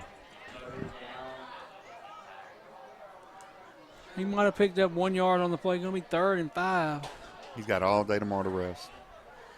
7:10 to go in the game. Panthers not in a hurry yet, just up to the line of scrimmage like they usually are. Broxton under center takes a snap. Crisscross play to Grant. Grant looking to cut it up inside. He's got him by his shirt tail. He busts loose. Down to the sideline. Finally brought down by Freitas again. Going to be close to the first down. Going to be past it, so it is a first down for the Panthers. Hard run there. Big day of college football tomorrow here in the state of Georgia. We got the Dogs playing host to Notre Dame at Sanford Stadium in Dooley Field at 8 o'clock tomorrow night. 7 tough yards for Grant on that last run. So Panthers trying to push down 6:35 and counting. Ball on the 35-yard line. Broxton keeps the handoff, gets back to the line of scrimmage. Yeah, that time snap was low, threw off the timing on the play. It was another read option there, and Bradley did best he could to pick up the ball off the ground and was able to get the ball back to the line of scrimmage. It's going to be 2nd and 10 Panthers at the Buccaneer 35-yard line. That was Bradley's 10th carry for 10 yards. A couple of sacks thrown in there. Broxton looking to throw. He throws to McNair, who right through his hands. He had a little quick slant route opening there, hit him right in the hands and went right through him. Yeah, that's the epitome of T-Rex arms, alligator arms, whatever you want. McNair did look to not really extend those arms out, and he knew the hit was coming on that quick slant. He had 5 completions in a row to that incompletion there. That brings up a 3rd down and 10. Clock is stopped on that incomplete pass, 6:02 remaining in the game. Back in the shotgun formation with twins to the left. Broxton looking to throw. Wheel route. Looking for Grant, a little over his head and out of bounds. Ball falls incomplete. Yeah, once again, Freitas on that coverage. He read that wheel route, and he was there. It's going to be a very difficult completion there if we were able to get it, but it is out of bounds, and it's going to be 4th and 10 Panthers. Just a reminder, next week we will not be having a broadcast. The Panthers will be taking the week off. 2 weeks from tonight, we'll be at Thomas Jefferson, and if everything goes as I'm hearing, we will be at that game. I'll check with producer Chris here in a little bit and make sure, but 4 receivers, twins on each side. Broxton looking to throw. He's got some pressure trying to get away from it. He's still looking to throw. He just dumps it off. Nobody really there to be a receiver. It's going to be incomplete. Panthers will turn over the ball on downs. 5:49 to go in the game. Buccaneers will take over possession on the 35-yard line, up 38-14. I look for him just to run it down, run the clock down, run it out here. They're going to keep feeding Freitas here probably just to keep moving the chains and moving the clock. Coach Kelly does have 3 timeouts. That last scoring drive they had, he kept it on the ground. Like I said, it was about 6 minutes. They had one. 11 running plays. Which is kind of what they need right here. 5:49 left. They need about a 6-minute drive again, and that'll be the end of this one. They're going to call a timeout here. It is their second of the half. That will leave Coach Fleming over there on that sideline with 1 timeout remaining.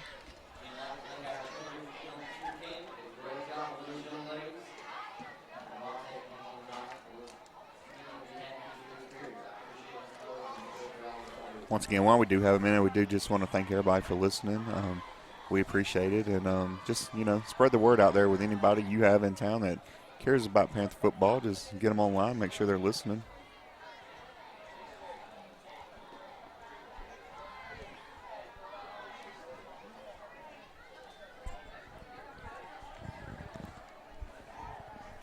We do need to get a contest out there and see who the farthest listener is away. Coach Stanley, didn't you tell me last week or 2 weeks ago maybe we had someone listening overseas? No, they were down in they were in Florida. Yeah, they were. No, it was when we did the Stewart County game. It was down in Stewart County. Somebody texted me and asked was we going to be on the radio. So it was somebody in that area down there. I don't know who it was.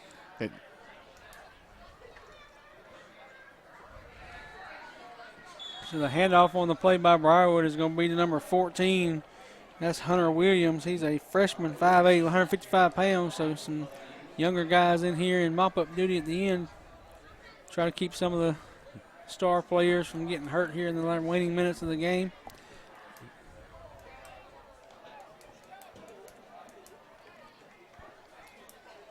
Might be thinking back on when Chris and I first started this a couple of years ago. We tried to look up IP addresses from where people were listening.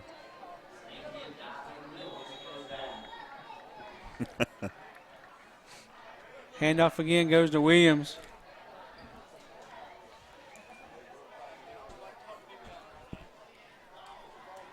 It's going to be enough to move the chains for the Buccaneers.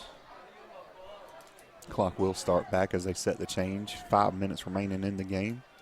If you are listening to us on Glascock Panthers Radio tonight, go to the Facebook page. Search Glascock County Panthers Radio. Leave us a message. Tell us where you're listening from. Don't forget this week, spread the word. Spread the word. Spread the word to a couple of friends, and let's see if we can get some more in 2 weeks. Hand off to Williams again. He's going to turn the corner, pick up enough for another first down. So chains keep moving. Clock keeps moving. Number 2 in on that tackle for the Panthers. It's a new jersey number there. Is that Gage? That's Gage Gray out there, Yep. So we're going to be 1st and 10 Buccaneers. Clock still moving at 4:23. As soon as the ball is whistled ready for play and the chains are ready. Whistle is made, and it's 4:21 and counting. Ball rests on the 40-yard line of the Panthers. Panthers are also getting in a lot of young players out here. I see freshman Nolan Kelly over here playing cornerback. Handoff up the middle, and he is lit up quickly by number 1, Grant. Not a freshman. That is Williams again on the carry. Yeah, nice hit that time, Brian Grant. That's hit him hard enough, his feet come off the ground. So reminds me back in the days when I didn't play a lot of high school football, but I did play 1 year and playing Lincoln County. Of course, we didn't know you couldn't play region schedules back then, but we always played a region schedule. Of course, we were in that same region with Lincoln County, who during that time was winning all, state championship after state championship. I'll get right back to that after this play. Williams again is going to pick up enough for another first down. Finally rode out of bounds. Flag's going to come in.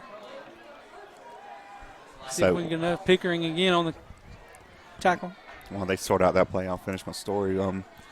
We freshmen, of course, we never get in the game until right at the end. We were already losing like 70-0. I got put in my first action at a kick return. Lincoln County kicked it deep to us, and our return guy, his name was Roger Ruff at the time, another freshman with me, and never seen somebody actually be hit so hard they do a full flip, but he literally almost did an entire flip and almost landed on his feet. He was hit so hard. It is going to be a penalty against the Buccaneers. Going to push the ball all the way back out to the Panther 45-yard line. 2nd and 15.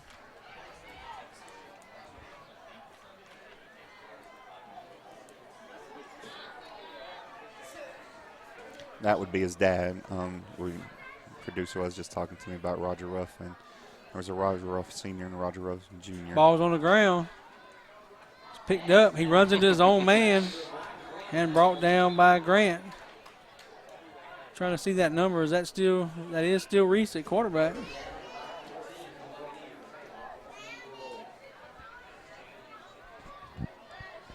Three minutes to go here in the game.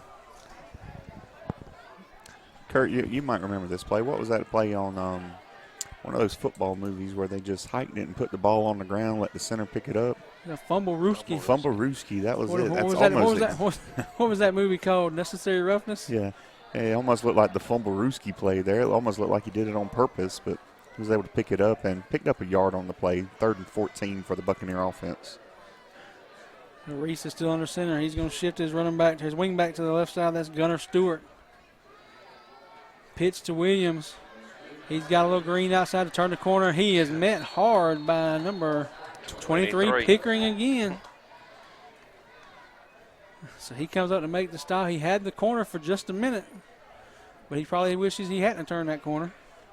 He got a pretty good lick. So 4th down and about 7 for Briarwood, 157 and counting.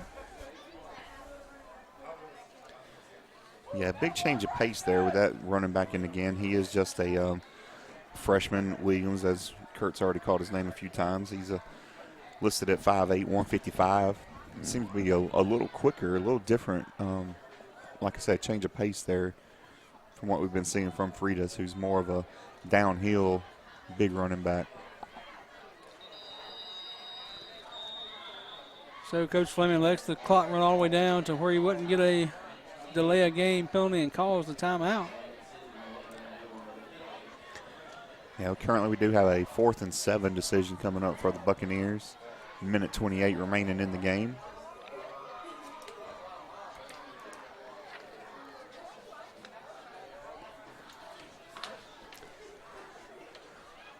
Again, a lot of good college football coming up tomorrow. Maine 1, Georgia, Notre Dame at 8 o'clock tomorrow night. Don't you wish you had $1 for every chicken wing that was cooked tomorrow? In preparation for that game, there's going to be a lot of tailgates going on tomorrow getting ready for that. We call Pickering's name out a bunch on defense now. He's got 10 tackles to go along with that interception.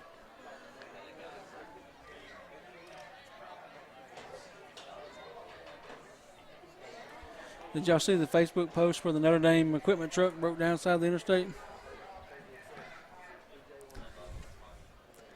And I don't know if anybody's read the newspaper today or if anybody even reads newspapers anymore, but Brian Kelly stated something like that Georgia was not Auburn. They were not Alabama. They were not Clemson. They were just another overrated SEC team, and that they were basically going to beat Georgia. So hand off to Tucker Purvis. He gets outside and finally brought down by Brian Grant. Going to be enough for a first down for the Buccaneers. That'll be enough that they can just run out the clock. Yeah, that will go down as an official pass there for Dax to Tucker. 1:10 and counting here in the 4th quarter.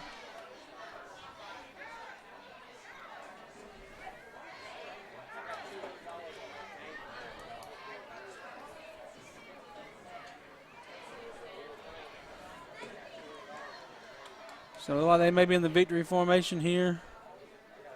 Reese takes the snap. He backs up about 3 yards and knees the ball. So the last seconds are going to tick off here at Panther Stadium. By the way, it did just go final over there in Jefferson County, 53-0 over Josie.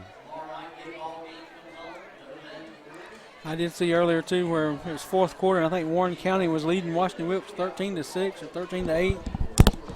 So another region game in our area here. So 16 seconds ticks off here as we go to the end of this game. They were going to meet in the middle of the field and shake hands. Another hard-fought rivalry game between Briarwood and Glascock. Again, no game next week. Panthers will take off. A lot of our kids will probably go watch some other folks play some football. You do the same, and we'll be back at TJ in 2 weeks in Louisville. If you can't go, tune in and listen to us here on the Glascock Panthers Radio.